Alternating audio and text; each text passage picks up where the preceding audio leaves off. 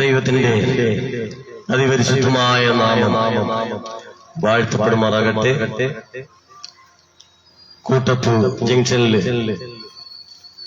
Karakonam seventh day adventist സഭയുടെ നേതൃത്വത്തില് ഒരു പരസ്യയോഗം ഈ സായന്തനത്തില് നടത്തുവാൻ ദൈവം നമ്മെ സഹായിച്ചതിനാലും നന്ദിയോടെ സ്തുതിക്കുക. മറഞ്ഞിരിക്കുന്നതായ ദൈവത്തിന്റെ മാറ്റമില്ലാത്ത വചനം ഈ ദേശത്തിന്മേൽ ഘോഷിപ്പാൻ തക്കവണ്ണം ദൈവം സഹായിച്ചതിനാല് നന്ദിയോടെ സ്തുതിക്കുക. ഈ പ്രദേശത്തിലായിരിക്കുന്നതായ പ്രിയമുള്ള എല്ലാ വ്യക്തികളെയും ദൈവനാമത്തില് സ്നേഹവന്ദനം അറിയിക്കുന്നു. ഓട്ടോറിക്ഷ ഡ്രൈവേഴ്സ് യൂണിയന്റെ പ്രവർത്തകരെ, വ്യാപാരി വ്യവസായികളായിരിക്കുന്നതായ പ്രിയമുള്ളവരെ, അതുപോലെ ഈ ദേശത്തിലായിരിക്കുന്നതായ എല്ലാ പ്രിയമുള്ള നല്ലവരായ നാട്ടുകാരെയും ഞങ്ങളുടെ ദൈവവചന ശുശ്രൂഷയെ ശ്രദ്ധിക്കുന്നതിനായി ക്ഷണിക്കുക. എല്ലാവരെയും ദൈവം ധാരാളമായിട്ട് അനുഗ്രഹിക്കുമാറാകട്ടെ എന്ന് പ്രാർത്ഥിക്കുന്നു. നമ്മൾ ഗാന ശുശ്രൂഷ ആരംഭിക്കാൻ കൊണ്ടുപോകുന്നു. എല്ലാവരെയും ദൈവം ധാരാളമായി അനുഗ്രഹിക്കുമാറാകട്ടെ. ആമേൻ.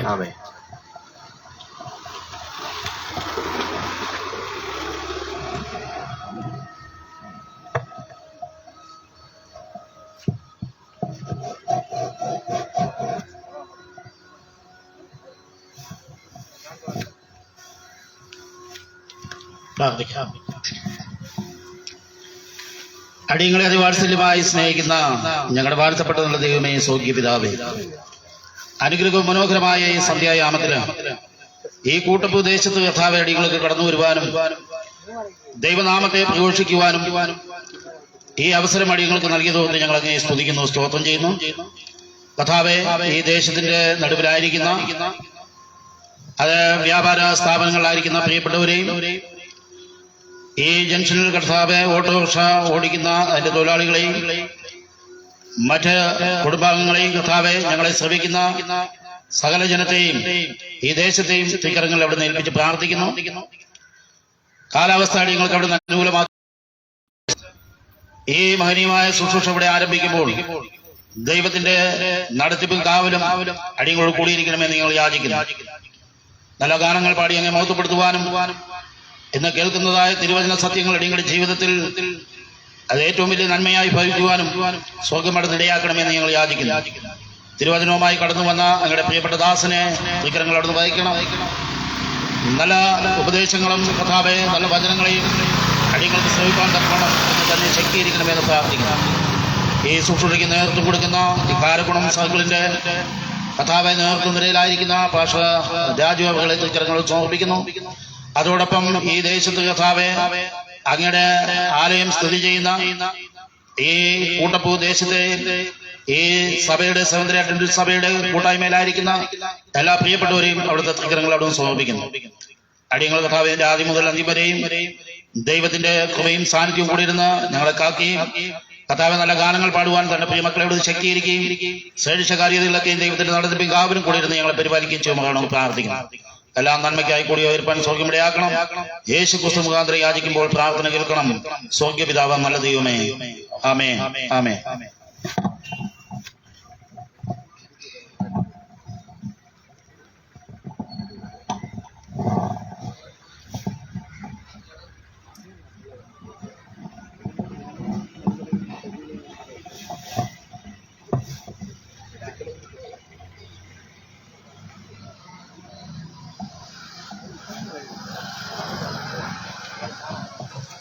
ഒരു നാളിലും കിരിയാതന്ത്യത്തോളം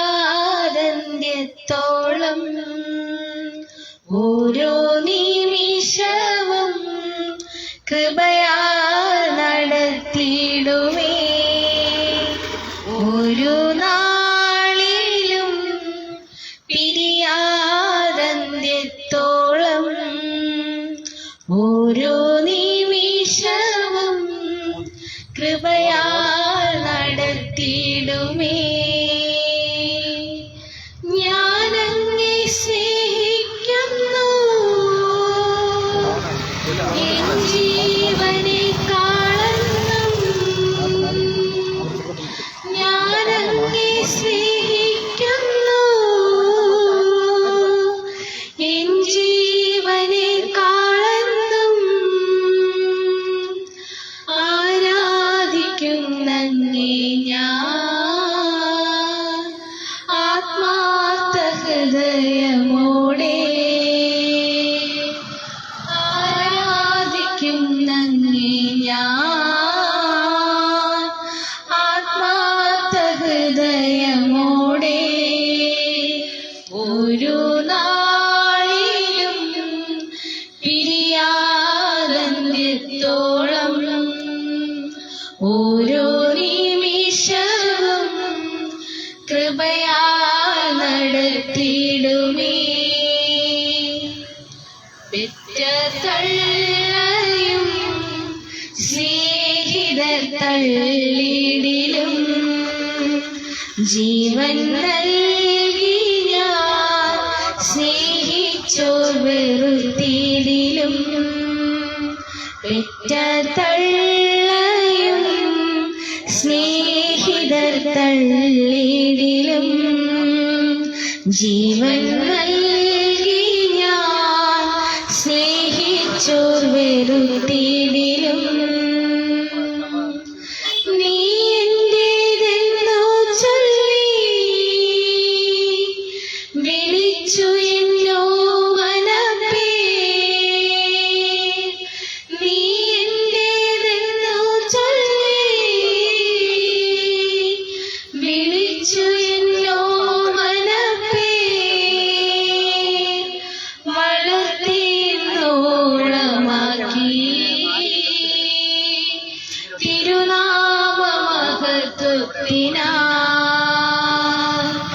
വളർത്തിന്നോളമാക്കി തിരുനാമമഹത്വത്തിനായി.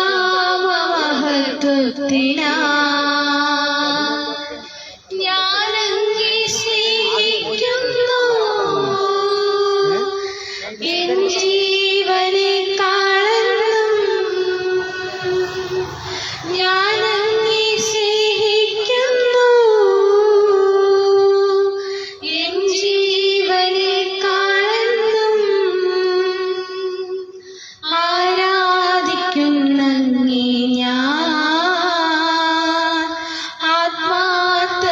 ഹൃദയമോടെ ആരാധിക്കുന്നങ്ങേ ഞാൻ ആത്മാർത്ഥ ഹൃദയമോടെ. എന്നെ സ്നേഹിക്കും സ്നേഹത്തിൻ്റെ ദൈവമേ, എന്നെ സ്നേഹിച്ച സ്നേഹത്തിനാഴമതിൽ എന്നെ സ്നേഹിക്കും സ്നേഹത്തിൻ്റെ ദൈവമേ, എന്നെ സ്നേഹിച്ച സ്നേഹത്തിനാഴമതിൽ വൻകൃപയെ ഒത്തിടുന്നു എന്നെന്നും പകരം നൽകാൻ. വൻകൃപയെ ഒത്തിടുന്നു എന്നെന്നും പകരം നൽകാൻ. രക്ഷയിൻ പാനപാത്രം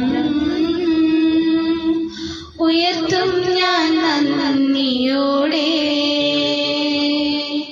രക്ഷയിൻ പാനപാത്രം ഉയർത്തും ഞാൻ നന്ദിയോടെ. ഞാൻ അങ്ങേ സ്നേഹിക്കുന്നു എൻ ജീവനെക്കാളെന്നും. ഞാൻ അങ്ങേ സ്നേഹിക്കുന്നു എൻ ജീവനെക്കാളെന്നും.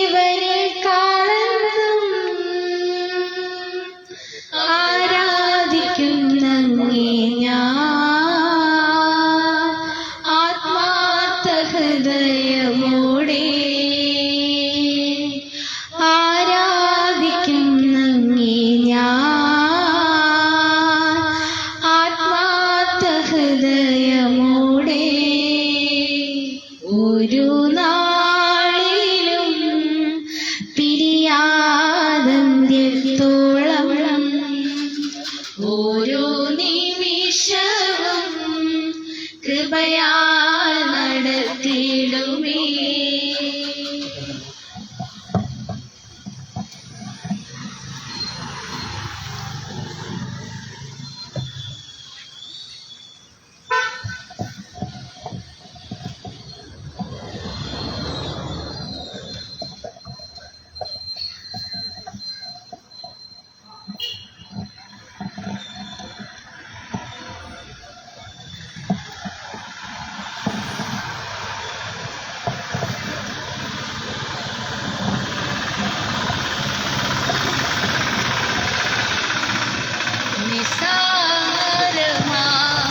നിസാരമാ നീറും ദുഃഖങ്ങൾ നിസാരമാ സാരമാ നിസാരമാ നീറും ദുഃഖങ്ങൾ നിസാരമാ.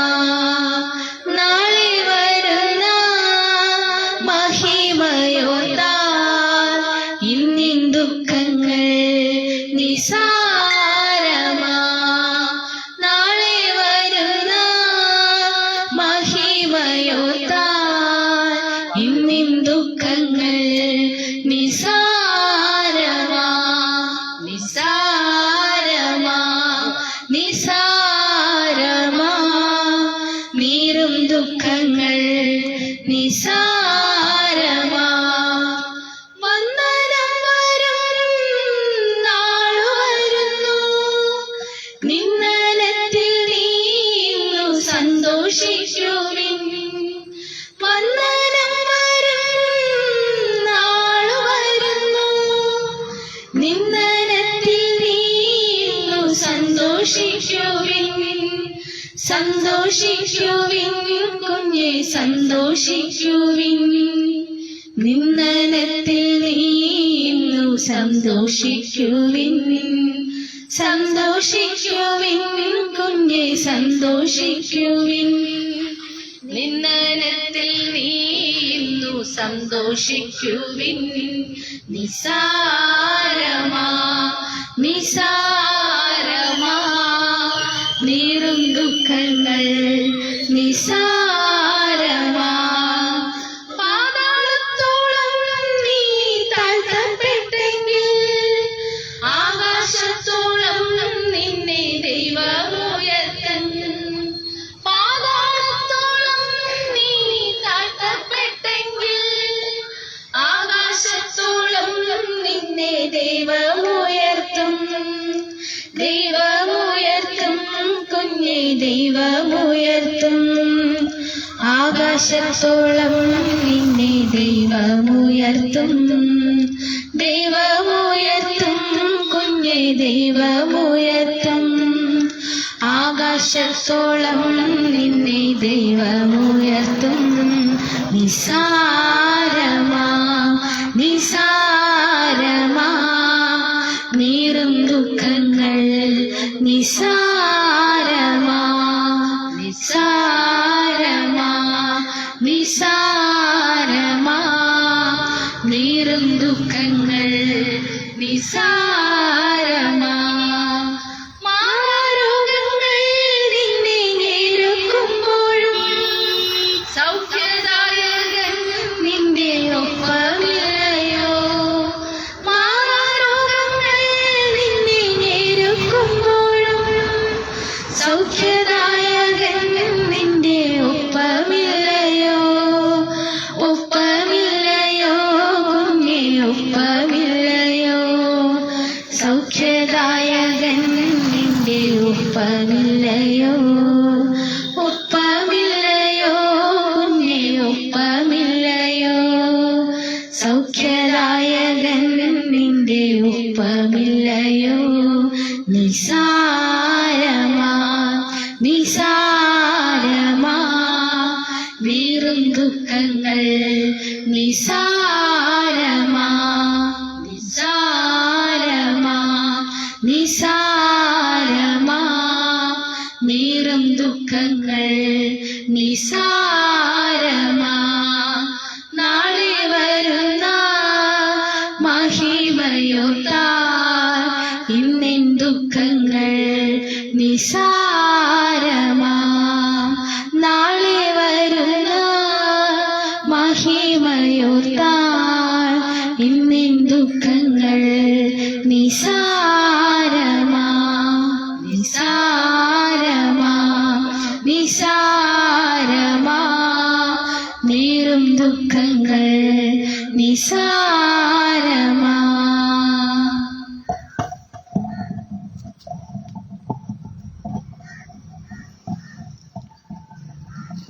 ദൈവത്തിന്റെ അതിപരിശുദ്ധമായ നാമം വാഴ്ത്തപ്പെടുമാറാകട്ടെ. അനുഗ്രഹപൂർണമായ ശബദിന്റെ അവസാന മണിക്കൂറുകളില് കൂട്ടഭൂദേശത്ത് കടന്നു വന്ന്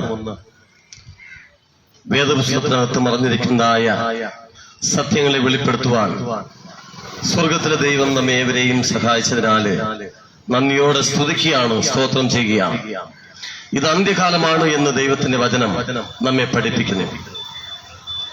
ഈ അന്ത്യകാലത്തിൽ ജീവിക്കുന്ന നാം ഓരോരുത്തരും ഭയഭക്തിയോടുകൂടി ജീവിച്ച് ദൈവത്തിന് മഹത്വം നൽകുവാൻ അവിടുന്ന് സഹായിക്കട്ടെ എന്ന് ആത്മാർത്ഥമായിട്ട് പ്രാർത്ഥിക്കുക.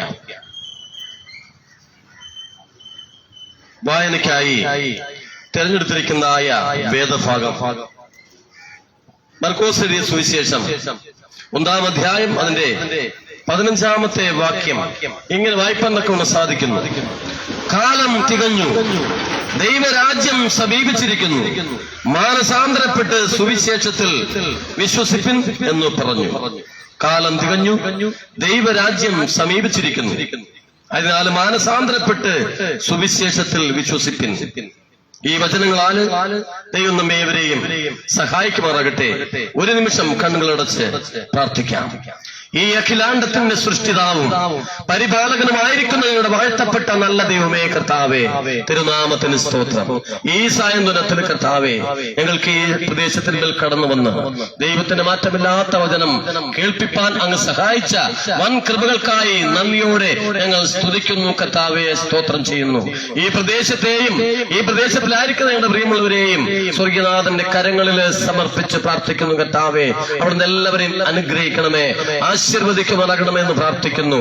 ഈ ലോകത്തിനൊരു അവസാനമുണ്ട് എന്ന് ദൈവത്തിന്റെ വചനം ഞങ്ങളെ പഠിപ്പിക്കുമ്പോൾ കർത്താവെ, ആ അവസാന നാളുകളിൽ ആരും ഈ ലോകത്തിൽ നഷ്ടപ്പെട്ടവരായി ഇടവരുത്താതെ എല്ലാവരും ദൈവത്തിൽ പ്രത്യാശ വെച്ചുകൊണ്ട് സുവിശേഷത്തിൽ വിശ്വാസം അർപ്പിച്ചുകൊണ്ട് കർത്താവെ അവരുടെ ജീവിതങ്ങളെ ക്രമീകരിക്കുവാൻ സ്വർഗീയനാഥൻ സഹായിച്ച് അനുഗ്രഹിക്കണമേ, ആശീർവദിക്കുമാറാകണമേ എന്ന് പ്രാർത്ഥിക്കുന്നു യേശുവേ. അതിനാൽ കർത്താവെ, ഈ ലോകത്തിന്റെ അവസാന നാളുകളിൽ ഞങ്ങൾ ആയിരിക്കുമ്പോൾ ദൈവത്തിന്റെ വചനങ്ങളെ കർത്താവെ പഠിച്ച് ഗ്രഹിച്ച് കർത്താവെ ഞങ്ങൾ താഴ്മയും എളിമയുള്ളവരായിട്ട് ഈ ഭൂമുഖത്ത് ജീവിച്ച് ദൈവത്തിന് മഹത്വം നൽകുവാൻ എന്റെ കർത്താവ് സഹായിക്കണമേ എന്ന് പ്രാർത്ഥിക്കുന്നു കർത്താവെ.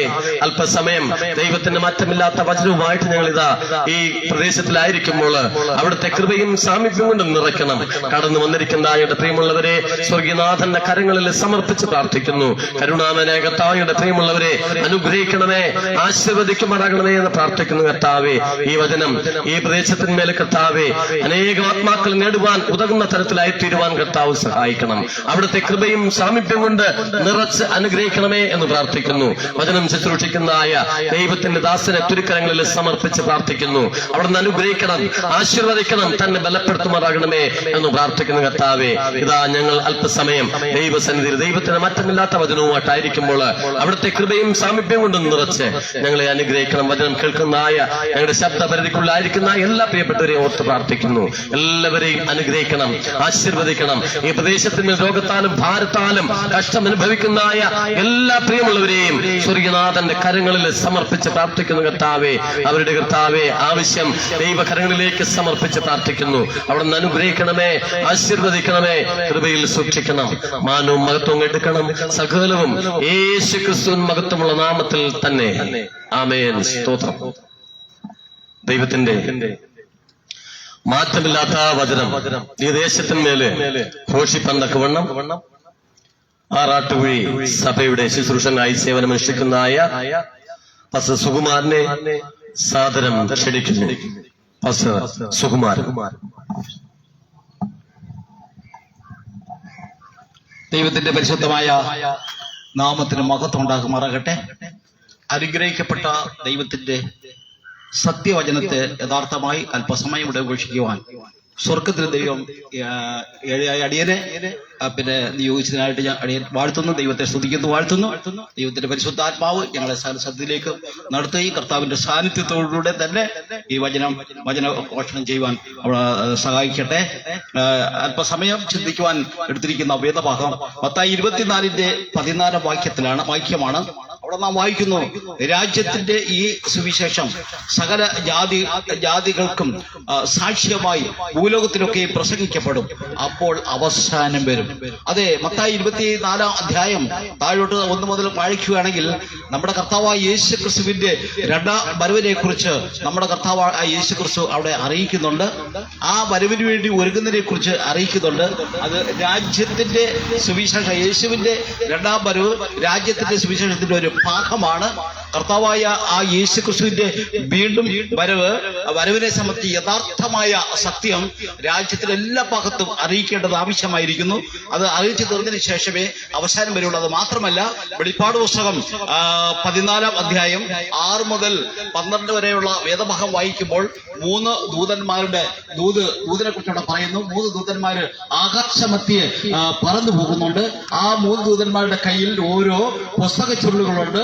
3 ദൂതന്മാര് 3 ദൂതുകൾ വിളിച്ച് അറിയിക്കുന്നു. അതും രാജ്യത്തിന്റെ സുവിശേഷമെന്ന് പറഞ്ഞിരിക്കുകയാണ്. യേശുക്രിസ്തുവിന്റെ വീണ്ടും വരവ് പരസ്യമായിട്ട് വരുമെന്ന് മത്തായി 24:29 മുതൽ 31 വരെയുള്ള വേദഭാഗം വായിക്കുമ്പോൾ മനസ്സിലാക്കാൻ കഴിയും. കർത്താവായ യേശു രഹസ്യമായിട്ടല്ല വരുന്നത്, പരസ്യമായിട്ട് വരും. എല്ലാ മുഖങ്ങളും എല്ലാ കണ്ണുകളും യേശുവിന്റെ ആ വീണ്ടും വരവിനെ ദർശിക്കും, കാണും എന്ന് അവിടെ വളരെ വ്യക്തമായിട്ട് അറിയിച്ചിരിക്കുകയാണ്. അങ്ങനെ യേശു ക്രിസ്തുവിന്റെ ആ പരസ്യമായ യഥാർത്ഥ രണ്ടാം വരവിനെ കുറിച്ചും ആ 3 ദൂതന്മാരുടെ ദൂതുകളെ കുറിച്ചും രാജ്യത്തിന്റെ എല്ലാ ഭാഗത്തും അറിയിച്ച് തീർന്നതിന് ശേഷമേ നമ്മുടെ കർത്താവായ യേശു ക്രിസ്തു വീണ്ടും വരൂ എന്ന് വേദപുസ്തകം പറയുകയാണ്. നമ്മൾ വെളിപ്പാട് പുസ്തകം 14-ന്റെ 6-7 വാക്യങ്ങൾ വായിക്കുമ്പോൾ അവിടെ നമ്മൾ വായിക്കുകയാണ്, വേറൊരു ദൂതൻ ആകാശമധ്യേ ഞാൻ കണ്ടു. അവന്റെ കയ്യിൽ ഒരു നിത്യ സുവിശേഷം ഉണ്ടായിരുന്നു. ആ ദൂതൻ വിളിച്ചു പറയുന്നു, ദൈവത്തെ ഭയപ്പെട്ട് അവന് മഹത്വം കൊടുപ്പിൻ, അവന്റെ ന്യായവിധിയുടെ നാഴിക വന്നിരിക്കുന്നു. ആകാശവും ഭൂമിയും സമുദ്രവും നീരു ഉറവകളെ ഉണ്ടാക്കിയവനെ നമസ്കരിക്കുകയെന്ന് അതേ ഒന്നാമത്തെ ദൂതൻ വിളിച്ചറിയിക്കുന്ന അത്യുച്ചത്തിൽ വിളിച്ചറിയിക്കുകയാണ്. ഈ ദൂത് സകല ജനങ്ങൾക്ക്, രാജ്യത്തിന്റെ എല്ലാ ഭാഗത്തുമുള്ള ജനങ്ങളും അറിയണമെന്ന് അതേ ദൂതൻ അവിടെ വെളിപ്പെടുത്തുകയാണ് ചെയ്യുന്നത്. അതേ സത്യതാവിനെ ആരാധിക്കുവാൻ കർത്താവായ ആ യേശു ക്രിസ്തുവിന്റെ നിയോഗപ്രകാരം യേശുവിന്റെ വെളിപ്പാടിൽ ഒന്നാമത്തെ ദൂതൻ അറിയിച്ചിട്ടുണ്ടെങ്കിൽ അതേ മനുഷ്യൻ ഇന്ന് അനേകര് സത്യതാവിനെ യഥാർത്ഥമായി സത്യതാവിനെ ആരാധിക്കാൻ സാധിക്കാത്ത അവസ്ഥകൾ പലരുടെയും ജീവിതങ്ങളിൽ കാണുമായിരിക്കാം. അതുകൊണ്ട് കർത്താവ് അതിനെക്കുറിച്ച് വെളിപ്പെടുത്തിയിരിക്കുന്നത്. അപ്പോൾ സത്യതാവിനെ ആരാധിക്കുന്നതിനെ കുറിച്ച് ഇവിടെ അതിന്റെ അടയാളം വളരെ വ്യക്തമായിട്ട് പറയുന്നുണ്ട്. അത് നമ്മൾ ഉൽപ്പത്തി പുസ്തകം 1-ാം അധ്യായം 1-2 അധ്യായങ്ങൾ വായിക്കുമ്പോൾ കാണാൻ കഴിയും. സ്വർഗത്തിന്റെ ദൈവം 6 ദിവസം കൊണ്ട് സകല ചരാചരങ്ങളെ സൃഷ്ടിച്ചിട്ട് 7-ാം ദിവസം സ്വസ്ഥമായിരുന്നു, അനുഗ്രഹിച്ചു, വിശുദ്ധീകരിച്ചു. ആ 7-ാം ദിവസം അതേ ശനിയാഴ്ചയാണ് 7-ാം ദിവസം. ഇന്ന് ദൈവത്തിന്റെ 7-ാം ദിനമാകുന്ന വിശുദ്ധ ശബദാണ്. ആ ദിവസത്തിന് ശബദ് നാൾ എന്ന് രേഖപ്പെടുത്തിയിരിക്കുന്നു. ശബദ് എന്ന വാക്കിന്റെ അർത്ഥം സ്വസ്ഥത എന്നാണ് അതിന്റെ അർത്ഥം. അതെ, അത് 10 കൽപ്പന അതേ ദൈവം കൊടുക്കുമ്പോൾ 4-ാം കൽപ്പനയായിട്ട് ആ ശബദാണ് ശുദ്ധീകരിപ്പാൻ ഓർക്ക എന്നുള്ള കൽപ്പന എഴുതി കൊടുത്തതായിട്ട് നമുക്ക് കാണാൻ കൊണ്ട് കഴിയുന്നുണ്ട്. ആ കൽപ്പന അനുസരിച്ച് 7-ാം ദിനം സ്വസ്ഥമായിരുന്നു ആരാധിക്കുമ്പോഴാണ് നമ്മൾ സകല മനുഷ്യരും സത്യതാവിനെ ആരാധിക്കുന്നത്. അതേസമയം 7-ാം ദിവസം നമ്മൾ ആരാധിക്കുന്നില്ലെങ്കിൽ സത്യതാവിനെ നാം ആരാധിക്കത്തില്ല എന്ന് കാണാൻ കൊണ്ട് കഴിയുന്നുണ്ട്. ആകയാൽ അങ്ങനെ ആരാധിച്ചില്ല, 7-ാം സത്യതാവിനെ യഥാർത്ഥമായി ആരാധിച്ചില്ലെങ്കിൽ ഒന്നാമത്തെ ദൂതൻ വെളിപ്പെടുത്തുന്നു, ന്യായവിധിയിൽ അകപ്പെട്ടു പോകും. അവന്റെ ന്യായവിധ നാഴിക വന്നിരിക്കുന്നു. അതുകൊണ്ട് ആകാശവും ഭൂമിയും സമുദ്രവും നീരു ഉറവകളെയും ഉണ്ടാക്കിയവരെ നമസ്കരിക്കുമെന്ന് അത്യുച്ചത്തിൽ ഒന്നാമത്തെ ദൂതൻ വിളിച്ചു പറയുന്നതായിട്ട് കാണാൻ കൊണ്ട് കഴിയുന്നുണ്ട്. നമ്മൾ ഇവിടെ സങ്കീർത്തനം അതെ 112-ാം സങ്കീർത്തനം അതിന്റെ 1 മുതൽ 3 വരെ വായിക്കുമ്പോൾ അവിടെ സങ്കീർത്തനക്കാരൻ പറയുന്നു, യഹോവയെ ഭയപ്പെട്ട് അവന്റെ കൽപ്പനകളിൽ ഏറ്റവും ഇഷ്ടപ്പെടുന്ന മനുഷ്യൻ ഭാഗ്യവാൻ. അവന്റെ മക്കൾ ഭൂമിയിൽ ബലപ്പെട്ടിരിക്കും. നേരിലുള്ളവരുടെ തലമുറ അനുഗ്രഹിക്കപ്പെടും. ഐശ്വര്യവും സമ്പത്തും അവരെ വീട്ടിലുണ്ടാകും എന്ന് സങ്കീർത്തനക്കാരൻ വളരെ വ്യക്തമായിട്ട് അതെ 112-ാം സങ്കീർത്തനം 1 മുതൽ 3 വരെയുള്ള വേദഭാഗങ്ങളിൽ ഇവിടെ പറഞ്ഞിരിക്കുന്നതായിട്ട് കാണുന്നപ്പോൾ കഴിയുന്നുണ്ട്.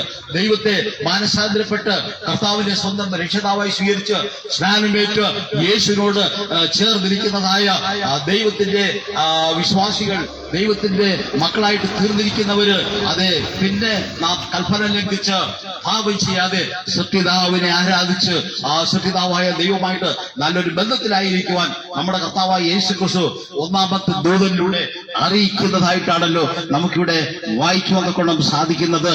അതെ, നമ്മൾ വിശുദ്ധ ശബദിനെ കുറിച്ച് പറയുന്നത് പുറപ്പാട് ദിവസം 20-ന്റെ 8 മുതൽ 11 വായിക്കുമ്പോൾ കാണുന്നു, ശബദനാണ് ശുദ്ധീകരിക്കാൻ ഓർക്ക, 6 ദിവസം നിന്റെ ജോലിയൊക്കെയും ചെയ്യുക, 7-ാം ദിവസം നിന്റെ ദൈവമായ യഹോവയുടെ ശബദാകുന്നു. അന്ന് നിങ്ങൾ സ്വസ്ഥമായിരുന്ന് ദൈവത്തെ ആരാധിക്കണം. അതെ, സത്യതാവിനെ ആരാധിക്കണം. അതെ, അത് പഴയ നിയമ പുസ്തകത്തിൽ മാത്രമല്ല, പുതിയ നിയമ പുസ്തകങ്ങളിലും പുതിയ നിയമ വെളിപ്പാട് പുസ്തകത്തിലും നമ്മുടെ കർത്താവായ യേശു ക്രിസ്തു വളരെ വ്യക്തമായിട്ട് ഒന്നാമത്തെ ദൂതിലൂടെ അറിയിക്കുന്നതായി നമുക്കിവിടെ കാണുവാൻ കൊണ്ട് സാധിക്കുന്നുണ്ട്. ഇവിടെ വെളിപ്പാട് പുസ്തകം വീണ്ടും 14-ന്റെ 8-ാം വാക്യം വായിക്കുമ്പോൾ ഇവിടെ വായിക്കുന്ന രണ്ടാമതൊരു ദൂതനെ കുറിച്ച് പറയുകയാണ്. രണ്ടാമത് വേറൊരു ദൂതൻ അവന്റെ പിൻചെന്നു വീണുപോയി. തന്റെ ദുർനടപ്പിന്റെ ക്രോധമത്യം സകല ജാതികളെ കുടിപ്പിച്ച മഹദിയാൻ ബാബിലോൺ വീണുപോയി എന്ന് അത്യുച്ചത്തിൽ പറഞ്ഞുകൊണ്ട് വീണ് കിടക്കുന്നതായിട്ട് കാണാൻ തക്കൊണ്ട് കഴിയുന്നുണ്ട്. ഇവിടെ ബാബുലോൺ വീണ് പോയെന്നാണ് ഒന്നാമത്തെ ദൂതൻ പറയുന്നത്. ബാബുലോൺ എന്ന വാക്കിന്റെ അർത്ഥം ആശയക്കുഴപ്പം അല്ലെങ്കിൽ കലക്കം എന്നാണ്. എന്ന് പറയുമ്പോൾ അതേ ദൈവരാജ്യത്തിന്റെയും ദൈവസഭയുടെയും ആ ദൈവത്തിന് നൽകപ്പെട്ട കർത്താവിന്റെ പരിശുദ്ധമാകുന്ന വചനം യഥാർത്ഥമായിട്ട് ആ സത്യവചനം കർത്താവായ യേശു പഠിപ്പിച്ചിരിക്കുന്നതായ സത്യവചനം യഥാർത്ഥമായിട്ട് അത് പഠിപ്പിക്കുകയും പ്രസംഗിക്കുകയും ആ വചനപ്രകാരം തന്നെ ആ സത്യതാവിനെ ആരാധിക്കുന്നില്ല എങ്കിൽ നമ്മൾ ആയിരിക്കുന്നത് എവിടെയായിരിക്കും? നമ്മൾ ആശയക്കുഴപ്പത്തിലായിരിക്കും. കലക്കമാകുന്ന ബാബുലോൺ എന്ന പ്രസ്ഥാനത്തിൽ നമ്മൾ ആയിരിക്കും. ഇന്നൊരു ആത്മീയ ബാബുലോൺ ലോകത്തിൽ അതെ ഉണ്ട്, അത് ലോകത്തിൽ പ്രവർത്തിച്ചുകൊണ്ടിരിക്കുന്നുണ്ട്. പക്ഷേ ആ ബാബുലോണിന്റെ പ്രസ്ഥാനം ദൈവത്തിന്റെ സത്യവചനങ്ങൾ ഓരോ വിഭാഗത്തിലും ഓരോ തരത്തില് അത്രേ പഠിപ്പിക്കും, ഓരോ രീതിയിലൊക്കെ സംസാരിക്കുന്നത്. അതുകൊണ്ട് ആർക്കും യഥാർത്ഥമാകുന്ന ഒരു സത്യം യഥാർത്ഥമായിട്ട് മനസ്സിലാക്കാൻ കഴിയുന്നില്ല, സത്യതാവിനെ ആരാധിക്കാൻ പറ്റുന്നില്ല. അത് ഒന്നാമത്തെ ദൂതൻ പറയുന്നു, അതെ ബാബു എന്റെ ജനമായുള്ളവര് അവരുടെ പാപങ്ങളിൽ കൂട്ടാളികളാകാതെയും അവളുടെ പാതകളിൽ ഓഹരിക്കാരാകാതെയും ഇരിപ്പാൻ അവളെ വിട്ട് പോരുവെന്ന് യേശു അറിയിച്ചിരിക്കുകയാണ്. ബാബുലോൺ പ്രസ്ഥാനത്തെ വിട്ട് യേശുവിന്റെ സഭയിലേക്ക് യേശുവിന്റെ ഉപദേശപ്രകാരം ആരാധിക്കുന്ന സഭയിലേക്ക് പോരുവാൻ തക്കവണ്ണം കർത്താവായ യേശു ക്രിസ്തു അറിയിച്ചിരിക്കുന്നതായിട്ട് കാണുവാൻ കൊണ്ട് കഴിയുന്നുണ്ട്. അങ്ങനെ രണ്ടാമത്തെ ദൂതൻ വിളിച്ചു പറയുന്നതായി ഈ രണ്ടാമത്തെ ദൂത് വളരെ വ്യക്തമായിട്ട് വെളിപ്പാട് പുസ്തകം 14-8 വാക്യം വായിച്ച് നിങ്ങൾ അതിനെ കുറിച്ച് മനസ്സിലാക്കുക. അതെ ദൈവം അറിയിച്ചിരിക്കുന്നതായ യേശു അറിയിച്ചിരിക്കുന്നതായ വചനമാണ്, യേശു അറിയിച്ചിരിക്കുന്നതായ ദൂതന്റെ ശബ്ദമാണ് എന്ന് നമുക്ക് കാണുവാൻ കഴിയുന്നുണ്ട്. ആകയാൽ വീണ്ടും വെളിപ്പാട് പുസ്തകം പിന്നെ 2-ാമധ്യായത്തിന്റെ 5-ാം വാക്യം വായിക്കുമ്പോൾ അത് ദൈവസഭയുടെ 7 കാലഘട്ടങ്ങളെ കുറിച്ച് വെളിപ്പാട് പുസ്തകം 1, 2, 3 അധ്യായങ്ങളിൽ വിശദീകരിക്കുന്നുണ്ട്. ആ 7 സഭയുടെ കാലഘട്ടങ്ങൾ നാം ഇപ്പോൾ ആയിരിക്കുന്നത് സഭയുടെ 7ാമത്തെ കാലഘട്ടം അല്ലെങ്കിൽ ലവോദിക്ക സഭയുടെ കാലഘട്ടത്തിൽ ആയിരിക്കുകയാണ്. അത് സഭയുടെ 1ാമത്തെ കാലഘട്ടത്തിലായിരുന്ന സഭയാണ് എഫെസോസിലെ സഭ. എഫെസോസിലെ സഭയോട് കർത്താവായ യേശു ക്രിസ്തു പറയുന്നു, വെളിപ്പാട് 2-ന്റെ 5-ാം വാക്യത്തിൽ പറയുന്നു, നീ ഏതു നിന്ന് വീണിരിക്കുന്നെന്ന് ഓർത്ത് മാനസാന്തരപ്പെട്ട് നീ ആദ്യത്തെ പ്രവൃത്തി ചെയ്യുക എന്നുള്ളതിനെ കുറിച്ച് എഫെസോസ് സഭയോട് കർത്താവ് അറിയിക്കുകയാണ് ചെയ്യുന്നത്. അത് ഒരു പൂർണ്ണമായ ഒരു ഉപദേശം സഭയ്ക്ക് കർത്താവ് യേശു നൽകുമ്പോൾ ദൈവത്തിന്റെ കൽപ്പന പ്രകാരം യേശുവിന്റെ വചനപ്രകാരം ഒരു പൂർണ്ണമായ രക്ഷയുടെ ഉപദേശങ്ങള്, അനുഗ്രഹത്തിന്റെ ഉപദേശങ്ങള് കർത്താവ് യേശു ക്രിസ്തു സഭയ്ക്ക് നൽകുമ്പോൾ സഭയിൽ ചില വീഴ്ചകൾ സംഭവിക്കുന്നതായിട്ട് കാണുന്നപ്പോൾ കഴിയുന്നുണ്ട്. അവിടെ മാനുഷികമാകുന്നതായ സങ്കല്പങ്ങളും മാനുഷികമാകുന്ന ഉപദേശങ്ങൾ അവിടെ വ്യാഖ്യാനങ്ങളൊക്കെയും അതിൽ ഇടകലർന്ന് വരുന്നതുകൊണ്ട് യഥാർത്ഥമാകുന്ന ക്രിസ്തു വെളിപ്പെടുത്തിയിരിക്കുന്നതായ ആ വിധേയ വചനത്തിന്റെ അർത്ഥങ്ങൾക്ക് ആശയക്കുഴപ്പങ്ങൾ സംഭവിച്ചിരിക്കുന്നു. അങ്ങനെയുള്ളതായ വീഴ്ചകൾ സംഭവിച്ചതാണ് എഫെസോസിലെ സഭ.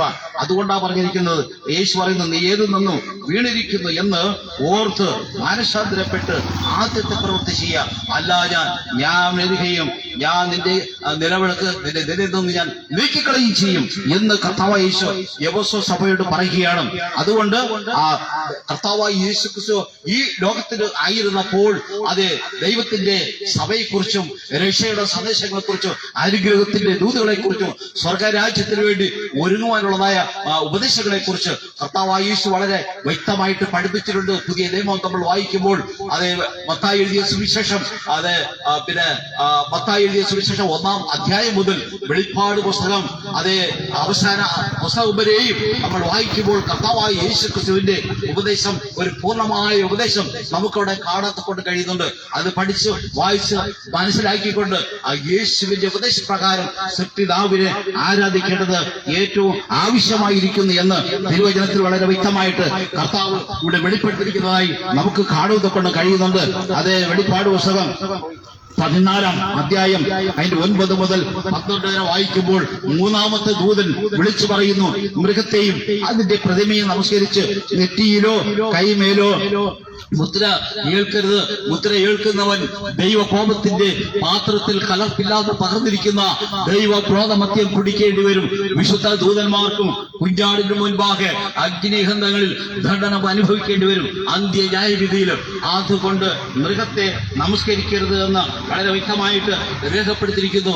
ആ മൃഗം ഏതാണെന്ന് വളരെ വ്യക്തമായിട്ട് പഠിക്കണമെന്നുണ്ടെങ്കിൽ അത് വ്യക്തിപരമായിട്ട് പഠിക്കുക, അല്ലെങ്കിൽ വ്യക്തിപരമായിട്ട് പഠിക്കണം, അല്ലെങ്കിൽ ദൈവസഭയിലേക്ക് കടന്നു വന്നാൽ വളരെ വ്യക്തമായിട്ട് അത് മനസ്സിലാക്കാനും പഠിക്കുവാനും സാധിക്കത്തുള്ളൂ. എങ്കിലും അതിന്റെ സൂചന മാത്രം അറിയിക്കുവാനേ ഉദ്ദേശിക്കുന്നുള്ളൂ. നമ്മൾ വെളിപ്പാട് പുസ്തകം 13-ാം അധ്യായം 1 മുതൽ 10 വരെ വായിക്കുമ്പോൾ സമുദ്രത്തിൽ നിന്നും കയറി വരുന്ന ഒരു മൃഗത്തെ കുറിച്ച് അവിടെ കാണിച്ചിരിക്കുകയാണ്. ആ മൃഗത്തിന് 7 തലയും 10 കൊമ്പുകളും ഉള്ളതായ ഒരു മൃഗമായിരുന്നു.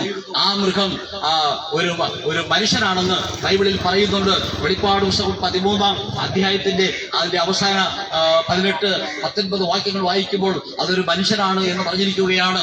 ആ മനുഷ്യന്റെ സംഖ്യ 600, മൃഗത്തിന്റെ സംഖ്യയാണ് 666. അതൊരു മനുഷ്യന്റെ സംഖ്യ എത്രേ.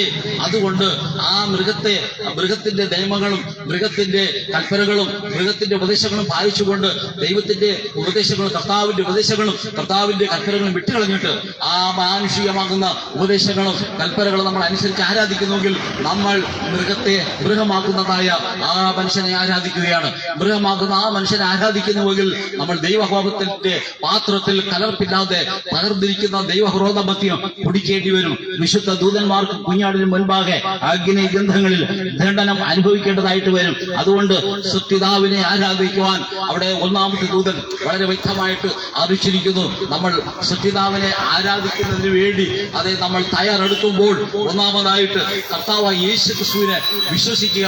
രണ്ടാമതായിട്ട് അതെ യേശുവിനോട് നമ്മുടെ ലംഘനങ്ങളും പാവങ്ങളും കൽപ്പനാ ലംഘനം പാവമാകുന്നു. ലംഘനങ്ങൾ മറച്ചു വയ്ക്കുന്നവന് ശുഭം വരികയില്ല. അവയെ ഏറ്റുപറഞ്ഞ് ഉപേക്ഷിക്കുന്നവർക്കോ കരുണ ലഭിക്കും എന്ന് സദൃശവാക്യം 28-ന്റെ അതെ 13-ാം വാക്യത്തിൽ രേഖപ്പെടുത്തിയിരിക്കുന്നു. ലംഘനം മറച്ചു വയ്ക്കാതെ നമ്മുടെ ലംഘനമാകുന്ന പാപത്തെ ഏറ്റുപറഞ്ഞു ഉപേക്ഷിച്ചുകൊണ്ട് ഉപേക്ഷിച്ചുകൊണ്ട് മാനസാന്തരത്തോടെ ഏറ്റുപറഞ്ഞു ഉപേക്ഷിച്ചുകൊണ്ട് കർത്താവായ യേശുവിന്റെ പിതാവിന്റെയും പുത്രന്റെയും പരിശുദ്ധാത്മാവിന്റെ നാമത്തിൽ വെള്ളത്തിൽ മുങ്ങി സ്നാനമെടുത്ത് പാവമോചനം പ്രാപിച്ച് യേശു ക്രിസ്തുവിനോട് ചേർന്ന് ദൈവസഭയുടെ അംഗമായി തീർന്നതായ ദൈവമക്കൾ പിന്നെ പാപം ചെയ്യാതെ എന്ന് പറഞ്ഞാൽ കൽപ്പന ലംഘിച്ച് പാപം ചെയ്യാതെ ദൈവത്തിന്റെ വചനങ്ങളും കൽപ്പനകളും പരിപൂർണമായി അനുസരിച്ചുകൊണ്ട് 7-ാം ദിനം സത്യതാവിനെ ആരാധിപ്പാൻ 7-ാം ദിനം കർത്താവ് സ്വസ്ഥമായിരുന്നു അനുഗ്രഹിച്ച് വിശുദ്ധീകരിച്ചു വേർതിരിച്ചതായ ആ 7-ാം ദിനമാക്കുന്ന ആഴ്ചയുടെ 7-ാം ദിനമാക്കുന്ന ശബദ ദിവസത്തിൽ നമ്മൾ ആരാധിക്കുന്നുവെങ്കിൽ തീർച്ചയായിട്ടും നമ്മൾ സത്യതാവിനെ ആരാധിക്കും. ആഴ്ചയുടെ 1-ാം ദിവസം ഉയർത്തെഴുന്നേറ്റതായ പിന്നെ 1-ാം ദിവസം ഞായറാഴ്ചയാണ്. ആഴ്ചയുടെ 1-ാം ദിവസം ആ ദിവസം ആരാധിക്കുവാൻ ബൈബിളിൽ രേഖപ്പെടുത്തിയിട്ടില്ല, അറിയിച്ചിട്ടില്ല. അതുമുതൽ നമ്മൾ കൂട്ടുമ്പോൾ 7-ാം ദിവസം വരുന്നത് ശനിയാഴ്ചയാണ്. ആ ദിവസം ആരാധിക്കുമ്പോഴാണ് നമ്മുടെ സത്യതാവിനെ ആരാധിക്കുന്നത്. അങ്ങനെ നമ്മൾ സത്യതാവിനെ യഥാർത്ഥമായി ആരാധിച്ചുകൊണ്ട് കർത്താവായ യേശു ക്രിസ്തുവായിട്ടുള്ള ഒരു നല്ല ബന്ധത്തിലായിരിക്കുവാനും വെളിപ്പാട് പുസ്തകം അതെ 14-ാം അധ്യായത്തിന്റെ 12-ാം വാക്യം വായിക്കുമ്പോൾ യേശു പറയുകയാണ്, ദൈവകൽപ്പനയും യേശുവിലുള്ള വിശ്വാസവും കാത്തുകൊള്ളുന്ന വിശുദ്ധന്മാരുടെ സഹിഷ്ണുത കൊണ്ട് ഇവിടെ ആവശ്യമെന്ന് യേശു സ്വർഗത്തിനെന്ന് പറയുന്നു. അതെ, സ്വർഗത്തിലും ഇവിടെ ആയിരുന്നാലും കർത്താവിന് ആവശ്യമുള്ളത് അതെ 2-3 കാര്യങ്ങൾ ജീവിതത്തിൽ പ്രാവർത്തികമാക്കുന്ന ദൈവമക്കളെ കുറിച്ച് അത്രേ പറഞ്ഞിരിക്കുന്നത്. അവിടെ പറയുന്നത് ദൈവകൽപ്പനയും 1 ദൈവകൽപ്പന കാത്തുകൊള്ളണം, 10 കൽപ്പന കാത്തുകൊള്ളണം, ഒന്നുപോലും തള്ളിക്കളയരുത്, ഒന്നുപോലും ലംഘിക്കാൻ പാടില്ല, അത് കാത്തുകൊള്ളണം. 2 യേശുവിലുള്ള വിശ്വാസം കാത്തുകൊള്ളണം. 3 അതെ സഹിഷ്ണുത, ക്ഷമ, താഴ്മ ആവശ്യം. ഈ 3 കാര്യങ്ങളും ജീവിതത്തിൽ കാത്ത് പരിപാലിച്ച് പ്രാവർത്തികമാക്കിക്കൊണ്ട് ദൈവത്തിന്റെ വചനപ്രകാരം ആരാധിക്കുന്നവരാണ്, സത്യതാവിനെ ആരാധിക്കുന്നവരാണ് വിശുദ്ധന്മാരെന്ന് ബൈബിളിൽ രേഖപ്പെടുത്തിയിരിക്കുന്നത്. യേശു പറയുന്നു, വെളിപ്പാട് 14-ന്റെ 12-ാം വാക്യം വായിക്കുമ്പോൾ വളരെ വ്യക്തമായിട്ട് അവിടെ രേഖപ്പെടുത്തിയിരിക്കുന്നതായിട്ട് കാണാൻ കഴിയും. നിങ്ങളും ഞാനും ആ കൂട്ടത്തിലാകണം. ആ കൂട്ടത്തിലായാൽ മാത്രമേ കർത്താവായ യേശു ക്രിസ്തു വീണ്ടും വരുമ്പോൾ നമ്മെ ഓരോരുത്തരെയും എല്ലാ അവരെ തന്റെ ദൂതന്മാരെ കർത്താവായ യേശു വീണ്ടും വന്ന് അതേ ആകാശത്തിൽ മേഘത്തിൽ വെളിപ്പെട്ടിരിക്കുമ്പോൾ അതേ കർത്താവ് ദൂത സൈന്യങ്ങളെ ഭൂമിയിലേക്ക് അയക്കുമ്പോൾ, ഈ ലോകത്തിലേക്ക് അയക്കുമ്പോൾ ദൂത സൈന്യങ്ങൾ രാജ്യത്തിന്റെ ഭൂമിയുടെ 4 കോണുകളിലുമുള്ളതായ ആ വിശുദ്ധന്മാരെ അല്ലെങ്കിൽ ദൈവകൽപ്പന യേശുവിന്റെ വിശ്വാസം കാത്തുകൊണ്ട് ആരാധിക്കുന്ന ആ വിശുദ്ധന്മാരെ, സത്യപിതാവിനെ ആരാധിക്കുന്ന വിശുദ്ധന്മാരെ കൂട്ടിച്ചേർത്ത് അതേ യേശുവിന്റെ അടുക്കൽ മേഘത്തിൽ ആയിരിക്കുന്ന യേശുവിന്റെ അടുക്കൽ കൊണ്ടെത്തിക്കും. കർത്താവായ യേശു ക്രിസ്തു ആ തന്റെ വിശുദ്ധന്മാരും അതേ വിശുദ്ധന്മാരെ അതേ യേശു ക്രിസ്തുവും ദൂത സൈന്യങ്ങളുമായിട്ട് പിതാവിന്റെ രാജ്യത്തിലേക്ക് അവരെ കൊണ്ടെത്തിക്കുന്നതായിരിക്കും. അവിടെ 1000 ആണ്ട് വാഴ്ചയുണ്ട്. അവിടെ എത്തിച്ചേർന്ന് അങ്ങനെ സ്വർഗരാജ്യമായിട്ട് ബന്ധത്തിൽ ഒരു നിത്യമായ ഒരു ജീവിതം, പുതിയ ആകാശത്തിലും പുതിയ ഭൂമിയും ഈ ലോകത്തിൽ ദൈവം തന്നെ കർത്താവ് തന്നെ സൃഷ്ടിച്ചുകൊണ്ട് അതേ ഒരു നിത്യമായ രാജ്യം ഇവിടെ സ്ഥാപിച്ചുകൊണ്ട് അതേ വീണ്ടെടുക്കപ്പെട്ട ദൈവമക്കൾ അവിടെ നിത്യമായിട്ട് അതേ ജീവിക്കുവാൻ കർത്താവ് ഒരുക്കും. അവിടെ ഭാവികൾക്കോ ദുഷ്ടന്മാർക്കോ ആർക്കും പാപത്തിനോ ഒരു പ്രവേശനമില്ല. പൈശാചിക പ്രവർത്തനത്തിനോ പോരാട്ടത്തിനോ ഒരു അധികാരവും അവിടെ ഉണ്ടാകില്ല. അവരാരെയും കാണത്തില്ല. അതേ നമ്മുടെ ദൈവമായ കർത്താവായ യേശു ക്രിസ്തു, പിതാവായ ദൈവവും ദൂതസൈന്യങ്ങളും വീണ്ടെടുക്കപ്പെട്ട ദൈവകൽപ്പന യേശുവിന്റെ വിശ്വാസം കാത്തുകൊള്ളുന്ന ആ വിശുദ്ധന്മാർ മാത്രമേ അവിടെ ഉണ്ടായിരിക്കുള്ളൂ. ആ രാജ്യത്തിൽ എത്തിച്ചേരുവാൻ നമ്മൾ യഥാർത്ഥമാകുന്ന സൃഷ്ടിതാവിനെ വിശ്വസിച്ച് ആ മാനസാന്തരപ്പെട്ട് സൃഷ്ടിതാവായ ദൈവത്തെ ആത്മാവനുസരിച്ച് ആരാധിച്ച് ദൈവത്തിന്റെ യഥാർത്ഥ വിശുദ്ധ മക്കളായി തീരുവാൻ ദൈവത്തിന്റെ പരിശുദ്ധാത്മാവിനാൽ നമ്മെ ഓരോരുത്തരെയും സഹായിക്കട്ടെ, അനുഗ്രഹിക്കട്ടെ, നടത്തുമാറാകട്ടെ എന്ന് പ്രാർത്ഥിച്ചുകൊണ്ട് ഞാൻ എന്റെ വാക്കുകൾ നിർത്തുന്നു. ദൈവം നമ്മെ ഒരു അനുഗ്രഹിക്കുമാറാകട്ടെ. ആമേൻ. ഹല്ലേലൂയ. സ്തോത്രം, സ്തോത്രം.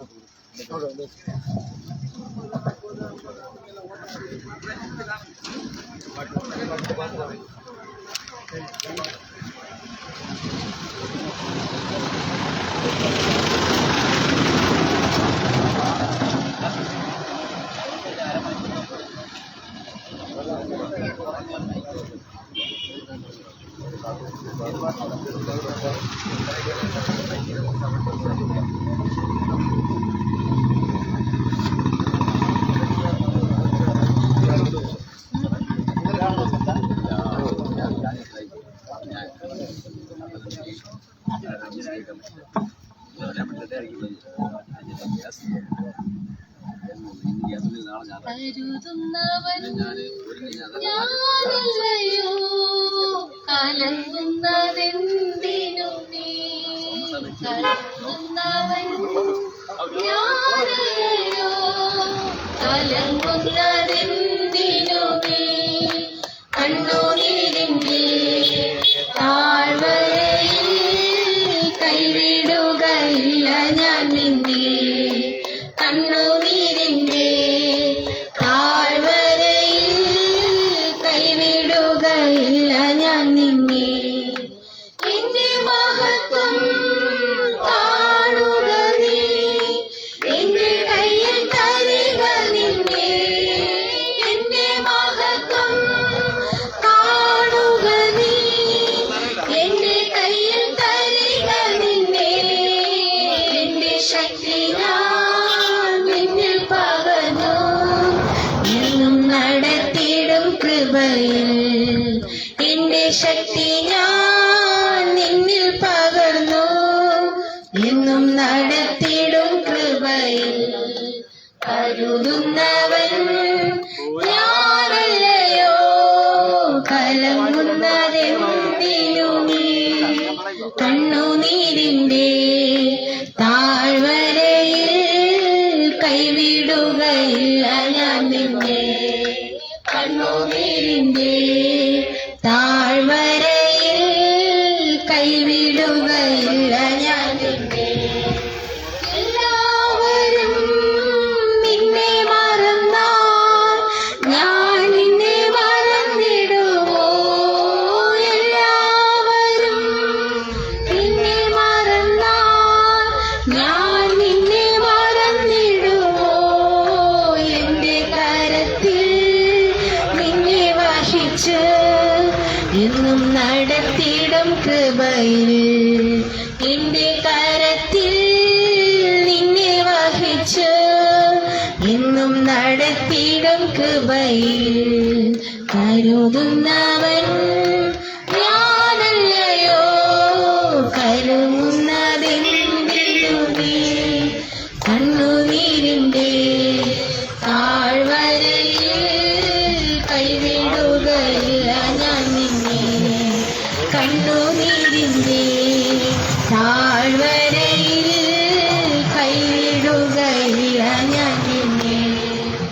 അബ്രഹാമിന്റെ ദൈവമല്ലയോ, അത്ഭുതം ഞാൻ ചെയ്യുകയില്ലയോ, അബ്രഹാമിന്റെ ദൈവമല്ലയോ, അത്ഭുതം ഞാൻ ചെയ്യുകയില്ലയോ, ചെങ്കടലിലും വഴി തുറപ്പാ ഞാനിന്നു ശക്തനല്ലയോ, ചെങ്കടലിലും വഴി തുറപ്പാ ഞാനിന്നും ശക്തനല്ലയോ, കരുതുന്നവൻ ഞാനല്ലയോ, കലങ്ങുന്നതെന്തിനു നീ കണ്ണുനീരിന്റെ താഴ്വരയിൽ കൈവിടുകയില്ല ഞാൻ നിന്നെ, കണ്ണുനീരിന്റെ താഴ്വരയിൽ കൈവിടുകയില്ല ഞാൻ നിന്നെ.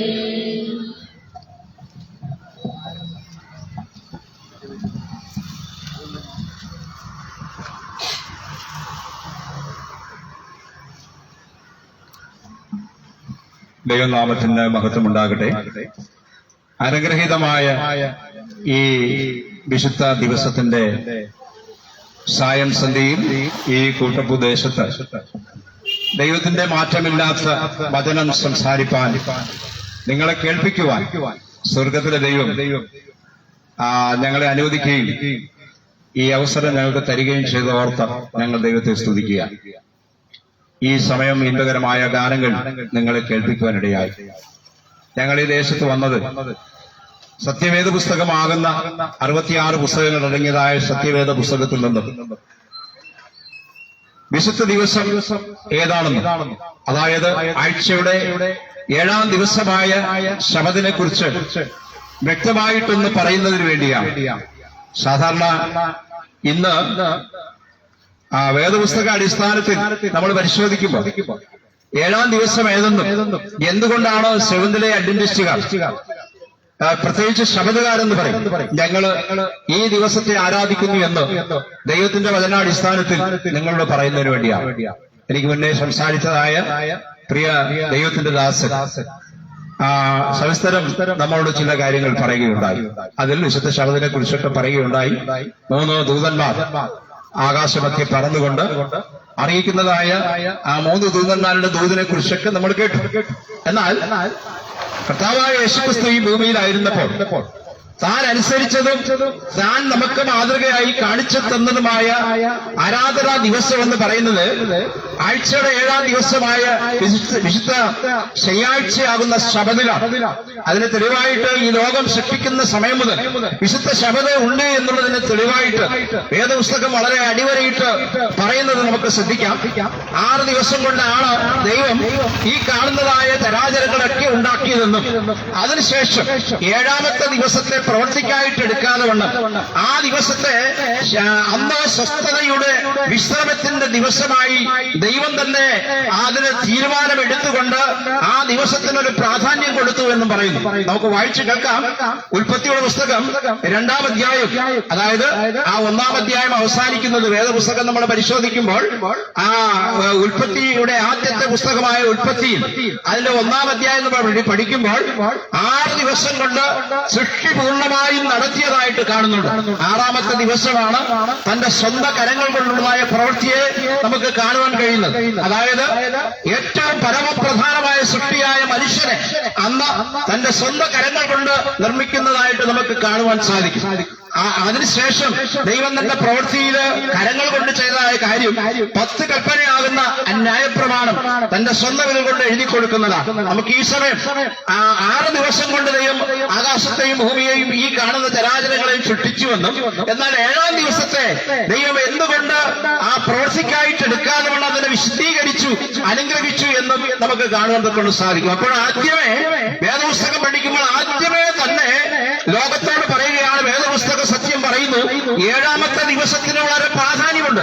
ഇന്ന് ആ ദിവസത്തെക്കുറിച്ച്, ആ ദിവസത്തെ എങ്ങനെയാണ് ദൈവം വേർതിരിച്ചതെന്നും വിശുദ്ധീകരിച്ചതെന്നും നമുക്ക് വചനത്തിൽ നിന്ന് വായിച്ചു കേൾക്കാം. ഉൽപ്പത്തിയുടെ പുസ്തകം 2-ാം അധ്യായം അതിന്റെ 1 മുതൽ 3 വരെയുള്ള വാക്യങ്ങൾ വായിച്ചോട്ടെ. ഇങ്ങനെ ആകാശവും ഭൂമിയും അവയിലുള്ള അവയിലുള്ള സകല ചരാചരങ്ങളും ഒക്കെയും തികഞ്ഞു. താൻ ചെയ്ത പ്രവൃത്തിയൊക്കെയും തീർത്ത ശേഷം താൻ ചെയ്ത സകല പ്രവൃത്തിയിൽ നിന്നും 7-ാം ദിവസം നിവൃത്തനായി. താൻ ചെയ്ത സകല പ്രവൃത്തിയിൽ നിന്നും 7-ാം ദിവസം നിവൃത്തനായി. താൻ സൃഷ്ടിച്ചുണ്ടാക്കിയ സകല പ്രവൃത്തിയിൽ നിന്നും താൻ സൃഷ്ടിച്ചുണ്ടാക്കിയ സകല പ്രവൃത്തിയിൽ നിന്നും അന്ന് നിവൃത്തനായതുകൊണ്ട്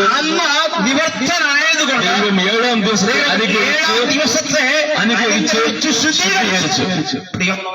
ഈ സത്യം നിങ്ങളെ അറിയിക്കേണ്ടതായിട്ടുണ്ട്. എന്തുകൊണ്ടാണ് ഞങ്ങളിങ്ങനെ 7-ാമത്തെ ദിവസത്തിൽ ശബത്ത് ദിവസം, ശനിയാഴ്ച ദിവസം ആരാധിക്കുന്നത് എന്നുള്ളതിന്റെ തെളിവായിട്ടാണ് ഇത് നിങ്ങളോട് പറയുവാനിടയായത്. പ്രത്യേകിച്ച് വേദപുസ്തകം എന്ന് പറയുന്നത് സത്യവേദ പുസ്തകമാണ്. അതിൽ പ്രാധാന്യം അറിയിക്കുന്നത് 66 പുസ്തകങ്ങൾ അടങ്ങിയതായ, അതായത് പഴയ നിയമവും പുതിയ നിയമവും അടങ്ങിയതായ 66 പുസ്തകങ്ങൾ അടങ്ങിയതായ ഒരു പുസ്തകമാണ് വിശുദ്ധ വേദപുസ്തകം. ഈ വേദപുസ്തകം സത്യവേദ പുസ്തകം എന്ന് പറയുന്നു. അത് സത്യമല്ലാതെ മറ്റൊന്നുമല്ല. ഈ വേദപുസ്തകത്തിന്റെ കാതൽ എന്ന് പറയുന്നത്, അതിന്റെ കേന്ദ്രബിന്ദു എന്ന് പറയുന്നത്, ഈ ലോകത്തെ സൃഷ്ടിച്ചതായ കർത്താവായ യേശുക്രിസ്തുവാകുന്ന രക്ഷകനെ സൂചിപ്പിച്ചുകൊണ്ട് അതിന്റെ കേന്ദ്രബിന്ദുവായ യേശുക്രിസ്തുവിനെ നമുക്ക് കാണുവാനായിട്ട് സാധിക്കും. അതായത് പാപത്തിൽ വീണുപോയ മനുഷ്യന് പാപപരിഹാരത്തിനായിട്ട് ദൈവം തന്റെ പുത്രനെ ഈ ലോകത്തിൽ അയച്ചു എന്ന് വളരെ വ്യക്തമായിട്ട് വേദപുസ്തകം പറയുന്നു. നമുക്കറിയാമല്ലോ, തന്റെ പുത്രനെ ഈ ലോകത്തിലേക്ക് നൽകിക്കൊണ്ട് പിതാവ് പറഞ്ഞു. യോഹന്നാന്റെ സുവിശേഷം 3-ാം അധ്യായം അതിന്റെ 16-ാമത്തെ വാക്യം നമുക്ക് വായിക്കാം. എന്താണ് തന്റെ പുത്രനെ ലോകത്തിലേക്ക് അയച്ചുകൊണ്ട് പിതാവ് പറഞ്ഞു എന്ന് നമുക്ക് നോക്കാം.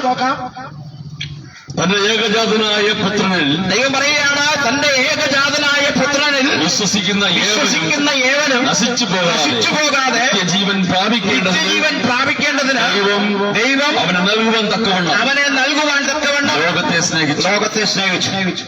അപ്പോ ഈ ലോകത്തിലേക്ക് അയക്കപ്പെട്ടതായ ക്രിസ്തു എന്ന ലോകരക്ഷിതാവ് നമുക്ക് കാണിച്ചു തന്നതായ മാതൃക എന്ന് പറയുന്നത് വേദപുസ്തക അടിസ്ഥാനത്തിലുള്ളതാണ്. ക്രിസ്ത്യാനി എന്ന് പറയുന്നവൻ ക്രിസ്തുവിനെ അനുഗമിക്കുന്നവനാണ്. എന്ന് പറഞ്ഞാൽ ക്രിസ്തു ചെയ്തതുപോലെ ചെയ്യുക, ക്രിസ്തു കാണിച്ചു തന്ന മാതൃക പ്രകാരം ജീവിക്കുക. അതാണ് യഥാർത്ഥത്തിൽ ക്രിസ്ത്യാനി എന്നുള്ളത്. അല്ലാതെ മാനുഷികമായ നിയമങ്ങൾക്കോ മനുഷ്യന്റെ ആചാരങ്ങൾക്കോ പാരമ്പര്യങ്ങൾക്കോ അനുസരിച്ച് ജീവിക്കുന്നവനോ അതിനനുസരിച്ച് പ്രവർത്തിക്കുന്നവനോ അല്ല. ക്രിസ്തു തന്നെ ഇത് പറയുകയുണ്ടായി. ഒരുപാട് തെളിവുകൾ നമുക്ക് കാണുവാൻ സാധിക്കും. ഞാൻ ഈ സംസാരിക്കുന്ന വിഷയത്തിലേക്ക് ഞാൻ വരാം. അപ്പോൾ 6 ദിവസം കൊണ്ട് ഈ കാണുന്ന ചരാചരങ്ങളൊക്കെയും ദൈവം ഉണ്ടാക്കി 7-ാം ദിവസത്തിന് പ്രാധാന്യം കൊടുത്തുകൊണ്ട് അന്ന് പ്രവർത്തിക്കുക ദൈവം സമയമെടുക്കാതെ ആ 7-ാമത്തെ ദിവസത്തെ ദൈവം തന്നെ അനുഗ്രഹിച്ചു, ശുദ്ധീകരിച്ചു, വേർതിരിച്ചു എന്ന് കാണുവാൻ കഴിയും.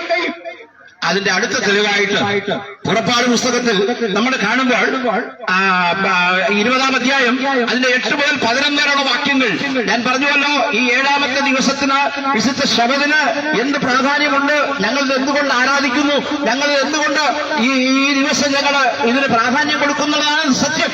ഇത് വേദപുസ്തകത്തിലുള്ളതാണ്, ഞങ്ങളുടെ കയ്യിൽ നിന്ന് ഇട്ട് പറയുന്നതല്ല. നമുക്ക് വായിക്കാം. പുറപ്പാട് പുസ്തകം 20-ാം അധ്യായത്തിന്റെ 8 മുതൽ 11 വരെയുള്ള വാക്യങ്ങൾ. ശബത്ത് നാളിനെ ശുദ്ധീകരിപ്പാൻ ഓർക്ക. 6 ദിവസം അധ്വാനിച്ച് എന്റെ വേലയൊക്കെ ചെയ്യുക. 7-ാം ദിവസം എന്റെ ദൈവമായ യഹോവയുടെ ശബദാകുന്നു. അന്ന് നീയും നിന്റെ പുത്രനും നിന്റെ വേലക്കാരന്റെ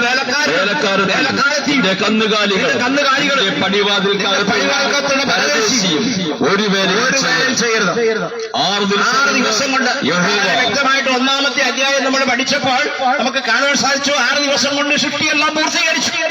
7-ാം ദിവസം അടുത്ത ദിവസത്തെ ദൈവം തന്നെ അനുഗ്രഹിച്ചു, ശുദ്ധീകരിച്ചു. അത് വലിയ തെളിവായിട്ട് പുറപ്പാട് പുസ്തകത്തിൽ മോശ എന്ന പ്രവാചകൻ വീണ്ടും എഴുതിയിരിക്കുകയാണ്. വായിക്കാം. 6 ദിവസം കൊണ്ട് യഹോവ ആകാശവും ഭൂമിയും സമുദ്രവും അവയിലുള്ളതൊക്കെയും ഉണ്ടാക്കി. 7-ാം ദിവസം സ്വസ്ഥമായിരുന്നു. അതുകൊണ്ട് യഹോവ ശബത്ത് നാളിനെ അനുഗ്രഹിച്ച് ശുദ്ധീകരിച്ചിരിക്കുന്നു. 2-ാമത്തെ അനുഗ്രഹീതമായ ഒരു തെളിവാണ് ഈ വേദപുസ്തകത്തിൽ നിന്ന് 7-ാം ദിവസത്തെയും വിശുദ്ധ ശബത്തിനെയും കുറിച്ച് പറയുവാനിടയായി. ഞങ്ങൾ വളരെ ശക്തമായിട്ട് ഇത് പറയാനുള്ള കാരണം അത് തന്നെയാണ്. അവിടെയും പറയുന്നു 6 ദിവസം കൊണ്ട് ദൈവം ആകാശവും ഭൂമിയും സമുദ്രവും നീറുകളും ഉണ്ടാക്കി 7-ാം ദിവസത്തെ അനുഗ്രഹിച്ചു, ശുദ്ധീകരിച്ചു, വേർതിരിച്ചു. അതിന് നമ്മൾ പ്രാധാന്യം കൊടുക്കണം. ദൈവം പറഞ്ഞിരിക്കുന്നതായ, ഞാൻ നേരത്തെ പറഞ്ഞതുപോലെ ദൈവം പറഞ്ഞിരിക്കുന്ന കാര്യങ്ങൾക്കാണ് നമ്മൾ പ്രാമുഖ്യം കൊടുക്കേണ്ടത്. എന്നാൽ ഇന്ന് പലതരത്തിൽ ഇന്ന് ആരാധിക്കുന്നവരുണ്ട്. ഞായറാഴ്ച ആരാധിക്കുന്നവരുണ്ട്, വെള്ളിയാഴ്ച ആചരിക്കുന്നവരുണ്ട്, ഏത് ദിവസവും ആരാധിക്കുന്നുണ്ട്.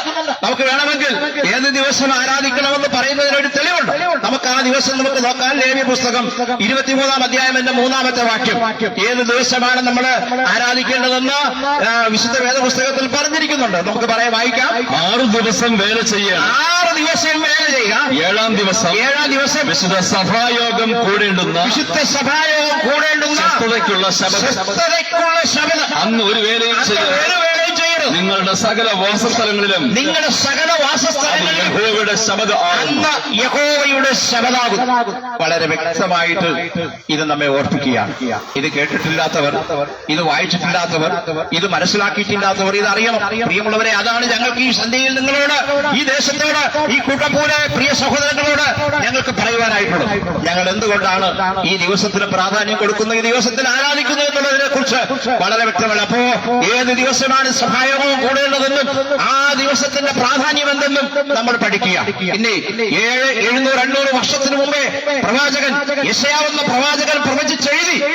എന്താണ് എഴുതിയത്? യെശയ്യാവിന്റെ പ്രവചനം 58-ാം അധ്യായം അതിന്റെ 13-14 വാക്യങ്ങളിൽ വളരെ വ്യക്തമായിട്ട് ഈ ദിവസത്തെ കുറിച്ച് പറയുന്നുണ്ട്. പ്രിയമുള്ളവരെ, അത് നമുക്ക് വായിച്ചു കേൾക്കാം.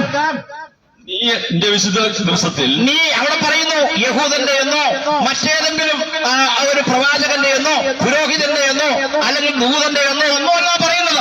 നീ എന്റെ വിശുദ്ധ ദിവസത്തിൽ നിന്റെ കാര്യാദികൾ നോക്കാതെ ശബദിൽ നിന്റെ കാൽ അടക്കി വെച്ച് ശബദിനെ ഒരു സന്തോഷമെന്ന് യഹോവയുടെ വിശുദ്ധ ദിവസത്തിൽ ബഹുമാന യോഗ്യം എന്ന് പറയുകയും നിന്റെ വേലയ്ക്ക് പോകുകയോ നിന്റെ കാര്യാദികളെ നോക്കുകയോ വ്യർത്ഥ സംസാരത്തിൽ നേരം പോക്കുകയോ ചെയ്യാതെ വണ്ണം അതിനെ ചെയ്യുമെങ്കിൽ നീ യഹോവയിൽ പ്രബോധിക്കും. അതിന് വളരെ പ്രാധാന്യം ചെയ്യുമെങ്കിൽ, ആ ദിവസത്തിന് പ്രാധാന്യം കൊടുക്കുമെങ്കിൽ, ആ ദിവസത്തെ ആരാധിക്കുന്നു എങ്കിൽ, ആ ദിവസത്തിന് ആ ദൈവം പറഞ്ഞിരിക്കുന്നതായ മഹത്വം കൊടുക്കുന്നുവെങ്കിൽ നീ ദേശത്തിന്റെ ഉന്നതങ്ങളിൽ വാഹനമേറ്റി ഓടുമാറാക്കും. ഇത് പിതാവായ ദൈവത്തിന്റെ വായാണ് പറഞ്ഞിരിക്കുന്നു എന്ന് ദൈവത്തിന്റെ വചനം ഇവിടെ പറഞ്ഞിരിക്കുന്നു. പ്രിയമുള്ളവരെ, ഇതിൽ നിന്ന് നിങ്ങളോട് പറയുവാനായിട്ടുള്ളത് 7-ാം ദിവസത്തിന്റെ ശബദെന്ന ദിവസത്തിന്റെ പ്രാധാന്യത്തെ കുറിച്ചാണ്. ഇനി യേശുക്രിസ്തു, അതായത് നമ്മുടെ ഈ വേദപുസ്തകത്തിലെ ഈ 66 പുസ്തകങ്ങളുടെ ഈ കേന്ദ്രബിന്ദു എന്ന് പറയുന്നത് യേശുക്രിസ്തുവാണ്. യേശുക്രിസ്തുവിലൂടെയാണ് നമുക്ക് ദൈവരാജ്യത്തിൽ എത്തണമെങ്കിലും സ്വസ്ഥതയിൽ പ്രവേശിക്കണമെങ്കിലും നമുക്ക് ദൈവസന്നിധിയിൽ എത്തണമെങ്കിൽ, അതായത് നിത്യതയിൽ എത്തണമെങ്കിൽ ഈ കർത്താവായ യേശുക്രിസ്തുവാകുന്ന കേന്ദ്രബിന്ദുവിലൂടെ മാത്രമേ സാധിക്കുള്ളൂ. ആ കർത്താവ് പറഞ്ഞു, ഞാൻ ശബദനും കർത്താവാണ്. നമുക്ക് വായിക്കാം. നിങ്ങൾക്ക് അറിഞ്ഞുണ്ടെങ്കിൽ ഞങ്ങളത് വായിച്ച് കേൾപ്പിക്കാൻ പോവുകയാണ്. പ്രിയമുള്ളവരെ, നമുക്ക് വായിക്കാം. മർക്കോസിന്റെ സുവിശേഷം 2-ാം അധ്യായം അതിന്റെ 27-28 വാക്യങ്ങൾ നമുക്ക് വായിക്കാം. മർക്കോസിന്റെ സുവിശേഷം 2-ാം അധ്യായം 27-28 വാക്യങ്ങൾ. പിന്നെ അവൻ അവരോട് മനുഷ്യൻ ശബദ നിമിത്തമല്ല, മനുഷ്യൻ, അതായത് ഇന്ന് ഈ കാണുന്ന ഭൂമിയിലെ സകല മനുഷ്യരും അറിഞ്ഞിരിക്കുന്നതായ പിന്നെയും അവരോട് മനുഷ്യൻ ശബദ നിമിത്തമല്ല, ശബദ് മനുഷ്യൻ നിമിത്തമത്രേ തന്റെ സ്വന്തം കരങ്ങൾ ഉണ്ടാക്കിയതായ മനുഷ്യൻ. നമ്മളെല്ലാവരും മനുഷ്യരാണ്. ആദ്യത്തെ മനുഷ്യനെ കുറിച്ച് അറിയാം. പിന്നെ ആ മനുഷ്യന്റെ പൂർവ്വ ചരിത്രം നമ്മൾ പഠിക്കുമ്പോൾ നമുക്ക് കാണുവാൻ സാധിക്കും. അതിനുശേഷമുള്ള തലമുറകളെല്ലാം ഈ ലോകത്തിൽ കാണുന്നവരല്ല, ആ തലമുറയിൽ നിന്നും ഉണ്ടായതാണ്. അല്ലാതെ ഡാർവിൻ പറഞ്ഞതുപോലെ കുരങ്ങിൽ നിന്നൊന്നും ഉണ്ടായതല്ല മനുഷ്യൻ. ദൈവം തന്റെ സ്വന്തം കരങ്ങൾ കൊണ്ട് ആ ഉണ്ടാക്കിയതായ മനുഷ്യൻ അവന്റെ മൂക്കിൽ ജീവശ്വാസമോതി ജീവനുള്ള ദേഹിയായി തീർന്ന മനുഷ്യൻ. ആ മനുഷ്യനോട് പറയുന്നത്, പിന്നെ ശബദ് ഉണ്ടായത് മനുഷ്യന് വേണ്ടിയാണ്. എന്താണ് സാർ അതിന്റെ അടുത്ത വാക്യം? അങ്ങനെ മനുഷ്യപുത്രൻ ശബദിനും കർത്താവാകുന്നു എന്ന് പറഞ്ഞു. മനുഷ്യപുത്രൻ ആരാണ് പ്രിയമുള്ളവരെ? ശബദിനും. മനുഷ്യപുത്രൻ എന്ന് പറയുന്നത് കർത്താവ് യേശുക്രിസ്തുവാണ്. ഞാൻ പറഞ്ഞല്ലോ, ഈ ശബദെന്ന ആ 7-ാം ദിവസത്തിന്റെ വിശുദ്ധി, ആ 7-ാം ദിവസത്തിന്റെ പ്രസക്തി, ആ 7-ാം ദിവസം എന്തുകൊണ്ട് ആരാധിക്കുന്നതിനുള്ള ആരാധനയുടെ മഹത്വം ഒക്കെ അറിയുന്നു. നിറവേറ്റുന്നതിന് വേണ്ടി 7-ാം ദിവസത്തെ അതിന്റെ പ്രാധാന്യത്തെ നിങ്ങളെ അറിയിക്കേണ്ടിയിരിക്കുന്നു. പ്രിയമുള്ളവരെ, ഇവിടെ പറയുകയാണ് ആ മനുഷ്യൻ ആ ശബദ മനുഷ്യൻ നിമിത്തം അത്രയേ ഉണ്ടായത്. അതുകൊണ്ട് കർത്താവ് പറഞ്ഞു, ഞാൻ ശബദിന് കർത്താവാകുന്നു പറഞ്ഞു. അതുകൊണ്ടാണ് പ്രിയമുള്ളവരെ ഞങ്ങൾ ഈ 7-ാം ദിവസത്തെ ഇത്ര ശക്തമായിട്ട് ഞങ്ങൾ എടുക്കുകയും ആരാധിക്കുകയും ചെയ്യുന്നത്. ഇനി നമുക്ക് ആ വേറൊരു പ്രവാചകൻ, അതായത് യെഹെസ്കേൽ എന്ന പ്രവാചകൻ എഴുതിയിരിക്കുന്നതായ കാര്യങ്ങൾ കൂടെ നമുക്ക് വായിക്കാം. യെഹെസ്കേൽ പ്രവാചകന്റെ പ്രവചനം 20-ാം അധ്യായം ആദ്യം അതിന്റെ 12-ാമത്തെ വാക്യം ഒന്ന് വായിച്ചാട്ടെ.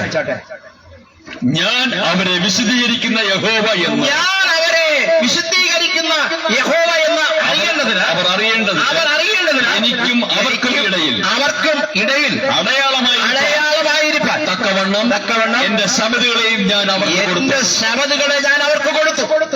പ്രിയമുള്ളവരെ, നമുക്ക് ഇന്ന് ഈ ശബദ തന്നതുകൊണ്ടാണ് ഞങ്ങൾ ഇതിൽ വിശ്വസിക്കുന്നത്, ഞങ്ങൾ ഇതിൽ ആരാധിക്കുന്നത്, ഞങ്ങൾ ഇതിന് പ്രാധാന്യം കൊടുക്കുന്നത്. കാരണം കർത്താവ് ഇത് മാതൃകയായിട്ട് നമുക്ക് കാണിച്ചു. ഇന്ന് മനുഷ്യന്റെ കൽപ്പനകൾ അനുസരിച്ച് ജീവിക്കുന്നവരുടെ ആരാധിക്കുന്നവരുടെ ഉണ്ട്. അവരെ ആരും ഞങ്ങൾ കുറ്റം പറയുന്നില്ല. പക്ഷേ ഈ ദൈവത്തിന്റെ നിയമം എന്ന് പറയുന്നത് നമ്മൾ കണ്ടല്ലോ. 10-ാമത്തെ 10 കൽപ്പന എഴുതിയപ്പോൾ അതിന്റെ മധ്യഭാഗത്ത് എഴുതി ചേർത്തതായ കൽപ്പനയാണ് നമ്മൾ നേരത്തെ വായിച്ചല്ലോ, ശബദനാളിനെ ശുദ്ധീകരിപ്പാൻ ഓർക്കാം. അതുകൊണ്ട് ഇവിടെ യെഹെസ്കേൽ എന്ന പ്രവാചകൻ എഴുതിയതിന് വളരെ അർത്ഥമുണ്ട്. നമ്മളിപ്പോ വായിച്ചല്ലോ, എന്താണ് ഒരിക്കൽ കൂടെ വായിക്കാൻ? ഞാൻ അവരെ വിശദീകരിക്കുന്ന യഹോവ എന്ന് അവർ അറിയേണ്ടതിന് എനിക്കും അവർക്കും ഇടയിൽ എന്റെ അടയാളമായിരിക്കാൻ. സിമ്പിൾ ഒരു അടയാളമാണ് ശബദെന്ന് പറയുന്നത്. ഈ ലോകത്തിലെ സകല മനുഷ്യർക്ക് ഒരു അടയാളമാണ്. എന്താണ് അടയാളം? നമുക്കറിയാമല്ലോ, ഒരു അടയാളം എന്ന് പറഞ്ഞാൽ അതിന് വിശദീകരിക്കേണ്ടതായ കാര്യമില്ല. അതിനൊരു വളരെ പ്രാധാന്യമുണ്ട്. ഈ ശബദെന്ന് പറയുന്നത്, ഈ നിയമം, ഈ കൽപ്പന ഒരു അടയാളമാണ്. ദൈവവും മനുഷ്യനും തമ്മിലുള്ളതായ ഈടുറ്റ ബന്ധത്തെ കാണിക്കുന്നതാണ്. ഇനി അതിന്റെ 20-ാമത്തെ വാക്യം കൂടി നമുക്ക് വായിക്കാം. എന്റെ ശബദുകളെ വിശദീകരിപ്പീൻ, ഞാൻ നിങ്ങളുടെ ദൈവമായ യഹോവ എന്ന് നിങ്ങൾ അറിയേണ്ടതിന്, അവ എനിക്കും നിങ്ങൾക്കും ഇടയിൽ അടയാളമായിരിക്കട്ടെ എന്ന് കൽപ്പിച്ചു. പ്രിയമുള്ളവരെ, ഈ ഇത്രയും വാക്യങ്ങളിൽ നിന്ന് തന്നെ കേട്ടവർക്ക് മനസ്സിലാവും വിശുദ്ധ ശബദം എന്താണ്, 7-ാമത്തെ ദിവസം എന്താകും. ഞങ്ങൾ ഇതിന് വളരെ പ്രാധാന്യം കൊടുക്കുകയാണ്. യേശുക്രിസ്തു പറഞ്ഞു, ഞാൻ ശബദിനും കർത്താവായിരിക്കുന്നു. ഇനി ഈ കാണുന്നതായ എല്ലാ ചരാചരങ്ങളും ഒരു സമയത്ത് അവസാനിക്കുമെന്ന് പറഞ്ഞിരിക്കുന്നുണ്ട്. ഈ ലോകമൊക്കെ മാറ്റപ്പെടും. കാരണം വിശുദ്ധ വേദപുസ്തകത്തിൽ അത് വ്യക്തമായിട്ട് പറഞ്ഞിരിക്കുകയാണ്. പ്രിയമുള്ളവരെ, ഈ കാണുന്നതായ ഭൂമി, ഈ കാണുന്ന ചരാചരങ്ങൾ, ഇതൊക്കെ ദൈവം സൃഷ്ടിച്ചതാണെങ്കിലും ദൈവത്തിന് തന്നെ ഇത് മാറ്റുവാൻ കഴിയും. വിശുദ്ധ വേദപുസ്തകത്തിൽ വെളിപ്പാട് പ്രവചനം 21-ാം അധ്യായം അത് വളരെ വ്യക്തമായിട്ട് പറയുകയാണ്. എന്താണ്? നമുക്ക് ആ ഭാഗം ഒന്ന് വായിക്കാം. ഒരുപക്ഷെ നിങ്ങൾ കേട്ടിട്ടില്ലായിരിക്കാം. 21-ാം അധ്യായം അതിന്റെ 1 മുതൽ താഴോട്ടുള്ള വാക്യങ്ങളൊന്ന് വായിച്ചാട്ടെ. ഞാൻ പുതിയ ആകാശവും പുതിയ ഭൂമിയും കണ്ടു. ഞാൻ പുതിയ ആകാശവും പുതിയ ഭൂമിയും കണ്ടു. 1-ാമത്തെ ആകാശവും ഈ കാണുന്നതായ ആകാശവും ഭൂമിയും ഒഴിഞ്ഞുപോയി. സമുദ്രവും ഇനിയില്ല. പുതിയ യെരുശലേം എന്ന വിശുദ്ധ നഗരം ഭർത്താവിനായി അലങ്കരിച്ചിട്ടുള്ള മണവാട്ടിയെ പോലെ ഒരുങ്ങി സ്വർഗത്തിൽ നിന്ന് ദൈവസന്നിധിയിൽ നിന്ന് ഇറങ്ങുന്നത് ഞാൻ കണ്ടു. പ്രിയമുള്ളവരെ, ഈ കാണുന്നതെല്ലാ ചരാചരങ്ങളും മാറുകൊണ്ട് കൊണ്ടുപോവുകയാണ്. ഈ ലോകം ഇനി പുതിയൊരു ലോകമായിട്ട് തീരുവാൻ പോവുകയാണ്. ആകാശമില്ല, സമുദ്രമില്ല, ഈ ചരാചരങ്ങളല്ല. അത് വ്യക്തമായ തെളിവുണ്ട്. ഒരു സമയമില്ലാത്തതുകൊണ്ട് ഞങ്ങളത് പറയുന്നില്ല. പ്രിയമുള്ളവരെ, എന്നാൽ ഇനി ഒരു പുതിയ ആകാശവും പുതിയ ഭൂമിയൊക്കെ ഉണ്ടാകുമെന്ന് പറഞ്ഞല്ലോ. ഞാൻ 7-ാം ദിവസത്തിന്റെയും ശബദിന്റെയും പ്രാധാന്യത്തെ കുറിച്ച് പറഞ്ഞു. ഇനി ഈ കാണുന്ന ചരാചരങ്ങൾ അടങ്ങിയതായ ഈ ഭൂമിയും ഈ ആകാശമൊക്കെ മാറുമ്പോൾ പുതിയ ആകാശവും പുതിയ ഭൂമിയും വരും. അവിടെ ഏത് ദിവസമാണ്? അവിടെ ശബദിന് പ്രാധാന്യമുണ്ടോ? ആ വാക്യം കൂടി നമുക്ക് വായിക്കാം. പ്രിയമുള്ളവരെ, യെശയ്യാവിന്റെ പ്രവചനം 66-ാം അധ്യായം 22-23 വാക്യങ്ങൾ നമുക്ക് വായിക്കാം. ഞാൻ ഉണ്ടാക്കുന്ന പുതിയ ആകാശവും, പ്രിയമുള്ളവരെ, നമ്മൾ നേരത്തെ കണ്ടു, ഞാൻ ഉണ്ടാക്കുന്ന പുതിയ ഭൂമിയും എന്റെ മുമ്പാകെ നിലനിൽക്കുന്നത് പോലെ ദൈവം പറയണേ, എന്റെ മുൻപാകെ നിലനിൽക്കുന്നത് പോലെ അതുപോലെ നിങ്ങളുടെ സന്തതിയും നിങ്ങളുടെ പേരും നിലനിൽക്കും എന്ന് യഹോവയുടെ അരുളപ്പാട് എന്ന് നിലനിൽക്കുമെന്ന യഹോവയുടെ അരുളപ്പാട്. പിന്നെ അമാവാസ്യത്തോടും ശബദത്തോടും സകല ജഡവും എന്റെ സന്നിധിയിൽ നമസ്കരിപ്പാൻ എന്ന് യഹോവ അരുളി ചെയ്തു. പ്രിയമുള്ളവരെ, ഇതിപ്പോൾ പറഞ്ഞത് വളരെ ശ്രദ്ധിക്കേണ്ട ഒരു കാര്യമാണ്. ഈ കാണുന്ന സകല ചരാചരങ്ങളും മാറ്റപ്പെടും. ഈ കാണുന്ന ആകാശം മാറ്റപ്പെടും. ഈ കാണുന്ന ഭൂമി മാറ്റപ്പെടും. ഈ ചരാചരങ്ങളെല്ലാം നീക്കപ്പെടും. അവിടെ പുതിയ ആകാശവും പുതിയ ഭൂമിയും സൃഷ്ടിക്കും. അന്ന് ആ പുതിയ ഭൂമിയിലുള്ള ആരാധന. പ്രിയമുള്ളവരെ, ഇത് ദൈവത്തിന്റെ വചനത്തിൽ പറഞ്ഞിരിക്കുന്ന കാര്യമാണ്. ഞങ്ങൾ ആരും കയ്യിലിട്ട് പറഞ്ഞതല്ല. ഇത് നിങ്ങളെ കേൾപ്പിക്കുവാൻ മാത്രമാണ് ഞങ്ങളുടെ ദേശത്ത് വന്നത്. ഈ ദേശത്തിന്റെ പല ഭാഗങ്ങളിലായി ഞങ്ങൾ ഈ സത്യം ഇന്ന് വിളിച്ചു പറഞ്ഞുകൊണ്ടിരിക്കുന്നു. ഈ കാലത്തിന്റെ അന്ത്യത്തിൽ ഈ വിശുദ്ധ ശബദ് എന്ന 7-ാം ദിവസ ആരാധനയെക്കുറിച്ച്, ആ സൃഷ്ടാവിനെ ആരാധനയെക്കുറിച്ച് നിങ്ങളെ കേൾപ്പിക്കുവാൻ മാത്രമാണ് ഞങ്ങൾ വന്നത്. ഇനി രണ്ടാമത് ദൈവത്തിന്റെ ആ സ്വന്തം വിരൽ കൊണ്ട് എഴുതിയതായ 10 നിയമങ്ങൾ. എല്ലാവരും പറയുന്നു അത് മാറിപ്പോയി, അത് ക്രൂശിൽ തറയ്ക്കപ്പെട്ടു. കർത്താവ് യേശുക്രിസ്തു ക്രൂശിൽ മരിച്ചതോടുകൂടി അതെല്ലാം മാറി, അതെല്ലാം പോയി. ഇനി അതൊന്നും നമ്മൾ അനുസരിക്കേണ്ട കാര്യമില്ല. അത് യഹൂദന്മാർക്ക് കൊടുത്തതല്ലേ, ഇസ്രായേലിന് കൊടുത്തതല്ലേ? പ്രിയമുള്ളവരെ, ഞാൻ ചോദിക്കട്ടെ, കർത്താവ് യേശുക്രിസ്തു ആരാണ്? അവനൊരു യഹൂദനല്ലേ?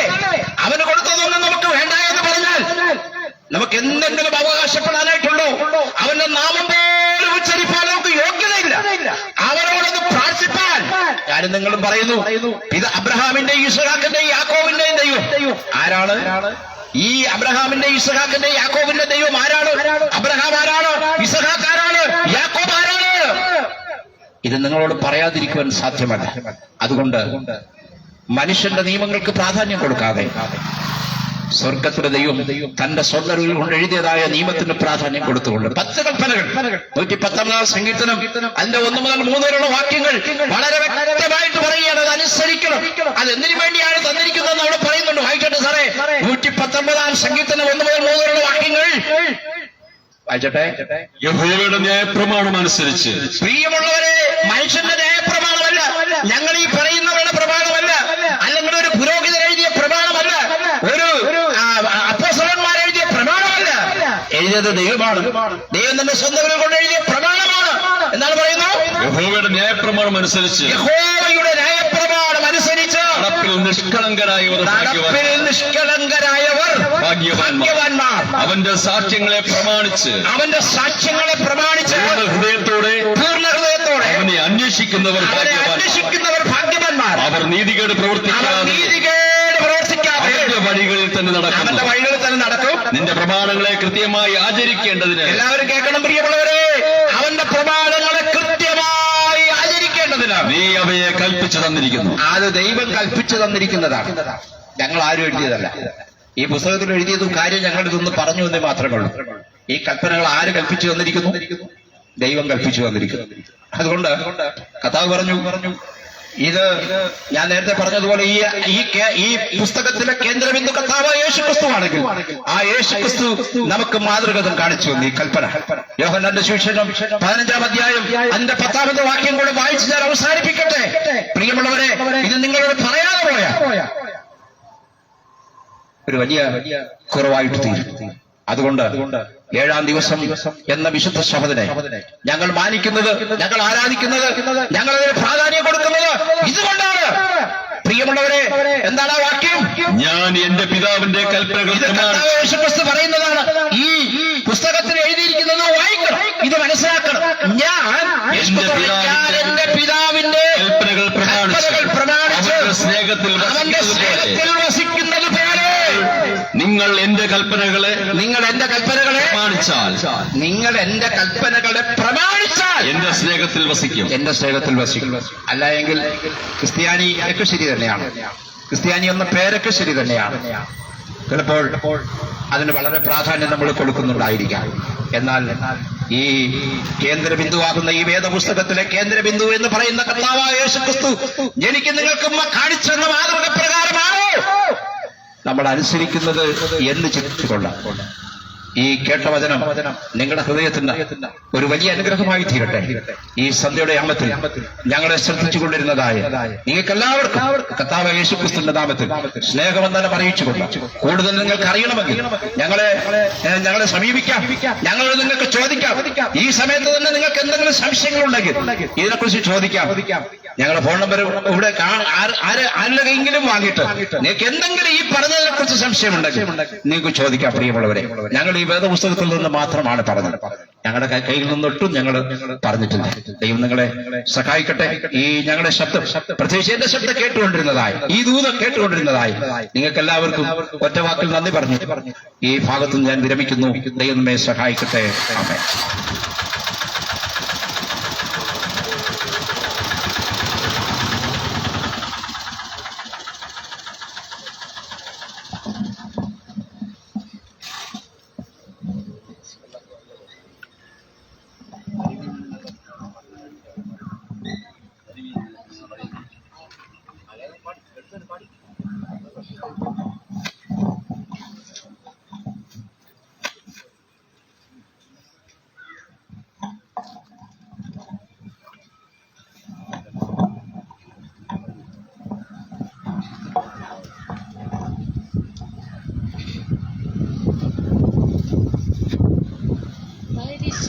പരിശുദ്ധാത്മാവേ ശക്തി പകർന്നിടണേ,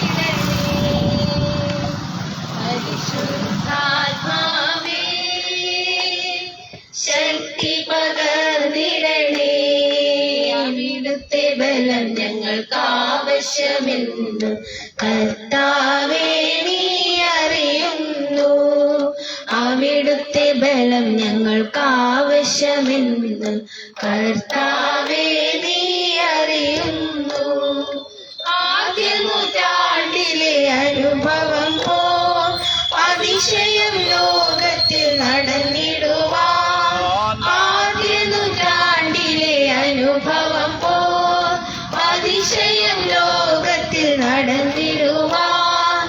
ആദിയിലെന്ന പോലാത്മാവേ അമിത ബലം തരണേ, ആദിയിലെന്ന പോലാത്മാവേ അമിത ബലം തരണേ. പരിശുദ്ധാത്മാവേ ശക്തി പകർന്നിടണേ, ലോകത്തിൻ മോഹം വിട്ടോടിടുവാൻ, സാത്താന്യ ശക്തിയെ ജയിച്ചിടുവാൻ, ലോകത്തിൻ മോഹം വിട്ടോടിടുവാൻ, സാത്താന്യ ശക്തിയെ ജയിച്ചിടുവാൻ. ധീരതയോടു നിന്നേല ചെയ്യുവാൻ അഭിഷേകം ചെയ്തിടണേ, ധീരതയോടു നിന്നേല ചെയ്യുവാൻ അഭിഷേകം ചെയ്തിടണേ. പരിശുദ്ധാത്മാവേ ശക്തി പകർന്നിടണേ, കൃപകളും വരങ്ങളും ജ്വലിച്ചിടുവാൻ, ഞങ്ങൾ വചനത്തിൻ വേരുനി വളർന്നിടുവാൻ, കൃപകളും വരങ്ങളും ജ്വലിച്ചിടുവാൻ, ഞങ്ങൾ വചനത്തിൻ വേരുനി വളർന്നിടുവാൻ. പിന്മഴയെ വിടുമയക്കണമേ, നിഞ്ജനമുണർന്നിടുവാൻ, പിന്മഴയെ വിടുമയക്കണമേ, നിഞ്ജനമുണർന്നിടുവാൻ. പരിശുദ്ധാത്മാവേ ശക്തി പകർന്നിടണേ, പരിശുദ്ധാത്മാവേ ശക്തി പകർന്നിടണേ.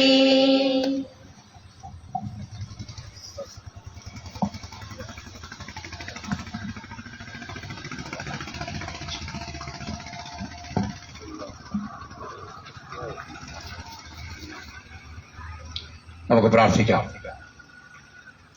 അടിയങ്ങളാൽ അവനെ സ്നേഹിക്കുന്ന സ്വർഗീയ വാഴ്ത്തപ്പെട്ട ദൈവമേ, അനുഗ്രഹീതമായ ഈ ദിവസത്തിന്റെ ഈ സായം സന്ധ്യയിൽ കഥാവി അനുഗ്രഹീതമായ ഈ കൂട്ടപ്പു എന്ന ദേശത്ത് അഡ്വന്റിസ്റ്റ് സഭയുടെ കാരക്കുളം സർക്കിളിന്റെ നേതൃത്വത്തിൽ ഇപ്രകാരം ഒരു പരസ്യയോഗം ഇവിടെ നടത്തുവാൻ സർവശക്തനായ ദൈവം അടിയങ്ങൾക്ക് നൽകിയ ആ വിലയേറിയ അവസരത്തിനായിട്ടും ഭാഗ്യത്തിനായിട്ടും നന്ദിയോടെ സ്തോത്രം ചെയ്യും.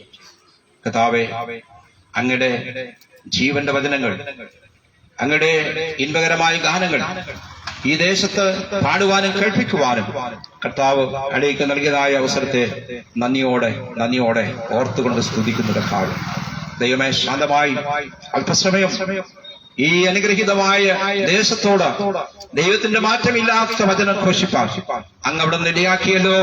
കർത്താവേ, ഞങ്ങൾ പഠിക്കുമ്പോൾ അങ്ങ് പറഞ്ഞതുപോലെ വിത്ത് വിതച്ചവന്റെ ആ വിതയെക്കുറിച്ച് നിങ്ങൾ പഠിക്കുന്നു.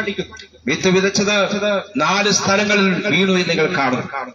മുള്ളിനടിയിലും പാറസ്ഥലത്തും അതേ വഴിയരികളൊക്കെ വീണതായിട്ട് ഞങ്ങൾ കാണുന്നുണ്ട്.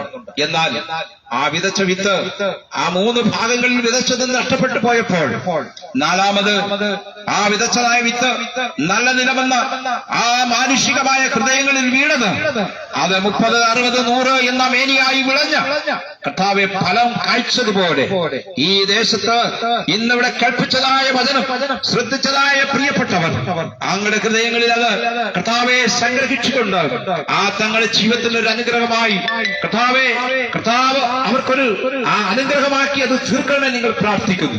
ഇന്ന് കേട്ടവരിൽ ആരെങ്കിലും ഏതെങ്കിലും തരത്തിലുള്ളതായ മാനസികമോ ശാരീരികമോ ജനികമായുള്ള പ്രയാസങ്ങളിലൂടെ കടന്നു പോകുന്നവരുണ്ടെങ്കിൽ കർത്താവെ, ഈ കേട്ടുന്നത് അവർക്കൊരു കുളിർമഴയായി തീരട്ടെ, അവർക്കൊരു സമാധാനമായി തീരട്ടെ, സന്തോഷമായി തീരട്ടെ. അനേകർ കർത്താവ് ഇന്ന് ഈ ഭൂമുഖത്ത് ജീവിക്കുമ്പോൾ എല്ലാം ഉണ്ട് എന്ന് അഭിമാനിക്കുന്നുവെങ്കിലും ചിലർക്ക് സമാധാനമില്ല, ചിലർക്ക് സന്തോഷമില്ല, ചിലർക്ക് ജീവിതത്തിൽ സ്വസ്ഥതയില്ല. വിവിധങ്ങളായ ഭാരങ്ങളിലൂടെയും വേദനകളുടെയും നിരാശകളുടെയും കടന്നുപോയിക്കൊണ്ടിരിക്കുമ്പോൾ കർത്താവെ, അവർക്ക് അവരുടെ ഹൃദയങ്ങൾക്ക് ആശ്വാസം പകരുവാൻ, അവർക്ക് സമാധാനം നൽകുവാൻ, അവർക്ക് കർത്താവെ സന്തോഷം പകരുവാൻ, അവരുടെ ജീവിതത്തിൽ ഒരു മാറ്റമുണ്ടാകുവാൻ ഇന്നിവിടെ കൽപ്പിച്ചതായ ദൂത് മുഖാന്തരമായി തീരട്ടെ. ഞങ്ങൾ ശ്രദ്ധിച്ചു കൊണ്ടിരുന്നതായ ഈ കടകമ്പോളങ്ങളിൽ ഇരുന്ന് ആ വ്യാപാരം ചെയ്യുന്നതായ ഞങ്ങളെ പ്രിയ വ്യാപാര സഹോദരന്മാർ, അതുപോലെ തന്നെ ആ ഓട്ടോറിക്ഷയും മറ്റു വാഹനങ്ങളൊക്കെ ഓടിക്കുന്നതായ ആ കർത്താവെ പ്രിയപ്പെട്ട സഹോദരങ്ങൾ, ഞങ്ങളെ ശ്രദ്ധിച്ചുകൊണ്ട് അങ്ങോട്ടും ഇങ്ങോട്ടും യാത്ര ചെയ്തവർ ആരെങ്കിലും കർത്താവെ ഇന്ന് ഞങ്ങൾ ഇവിടെ സംസാരിച്ചത് അവർ ശ്രദ്ധയോടെ കേട്ടുവെങ്കിൽ അത് അവരുടെ ഹൃദയങ്ങൾക്ക് കർത്താവ് ഒരു അനുഗ്രഹമായി തീരട്ടെ, അവരുടെ ജീവിതത്തിന് ഒരു അനുഗ്രഹമായി തീരട്ടെ. അവരത് അങ്ങനെ തന്നെയോ എന്ന് പരിശോധിച്ചുകൊണ്ട് കർത്താവെ അവരുടെ ജീവിതത്തിൽ ഇന്നുവരെയും കർത്താവിന്റെ സന്നിധിയിൽ അവർക്ക് കർത്താവെ സമർപ്പിക്കുവാനോ കർത്താവിനെ കാണുവാനോ അവർക്ക് സാധിച്ചില്ല എങ്കിൽ ഇന്നവർ കർത്താവിന്റെ സന്മുഖത്തേക്ക് നോക്കുവാൻ അവിടുന്ന് ഇനിയും ഞങ്ങൾക്ക് ഇതുപോലുള്ള അവസരം ഇവിടെ ലഭിക്കുകയാണെങ്കിൽ വീണ്ടും ഞങ്ങൾ വന്ന് അങ്ങനെ ദൂത് ഘോഷിപ്പാൻ ഞങ്ങളെ സഹായിക്കും.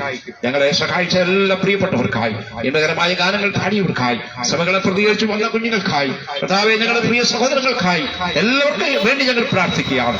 പ്രത്യേകം ഞങ്ങൾക്ക് കർത്താവെ നേതൃത്വം തരുന്നതായി ഞങ്ങളുടെ പ്രിയപ്പെട്ട ദാസനെയും തന്റെ വിശ്വസിനെയും ഓർത്ത് ഞങ്ങൾ പ്രാർത്ഥിക്കുന്നു.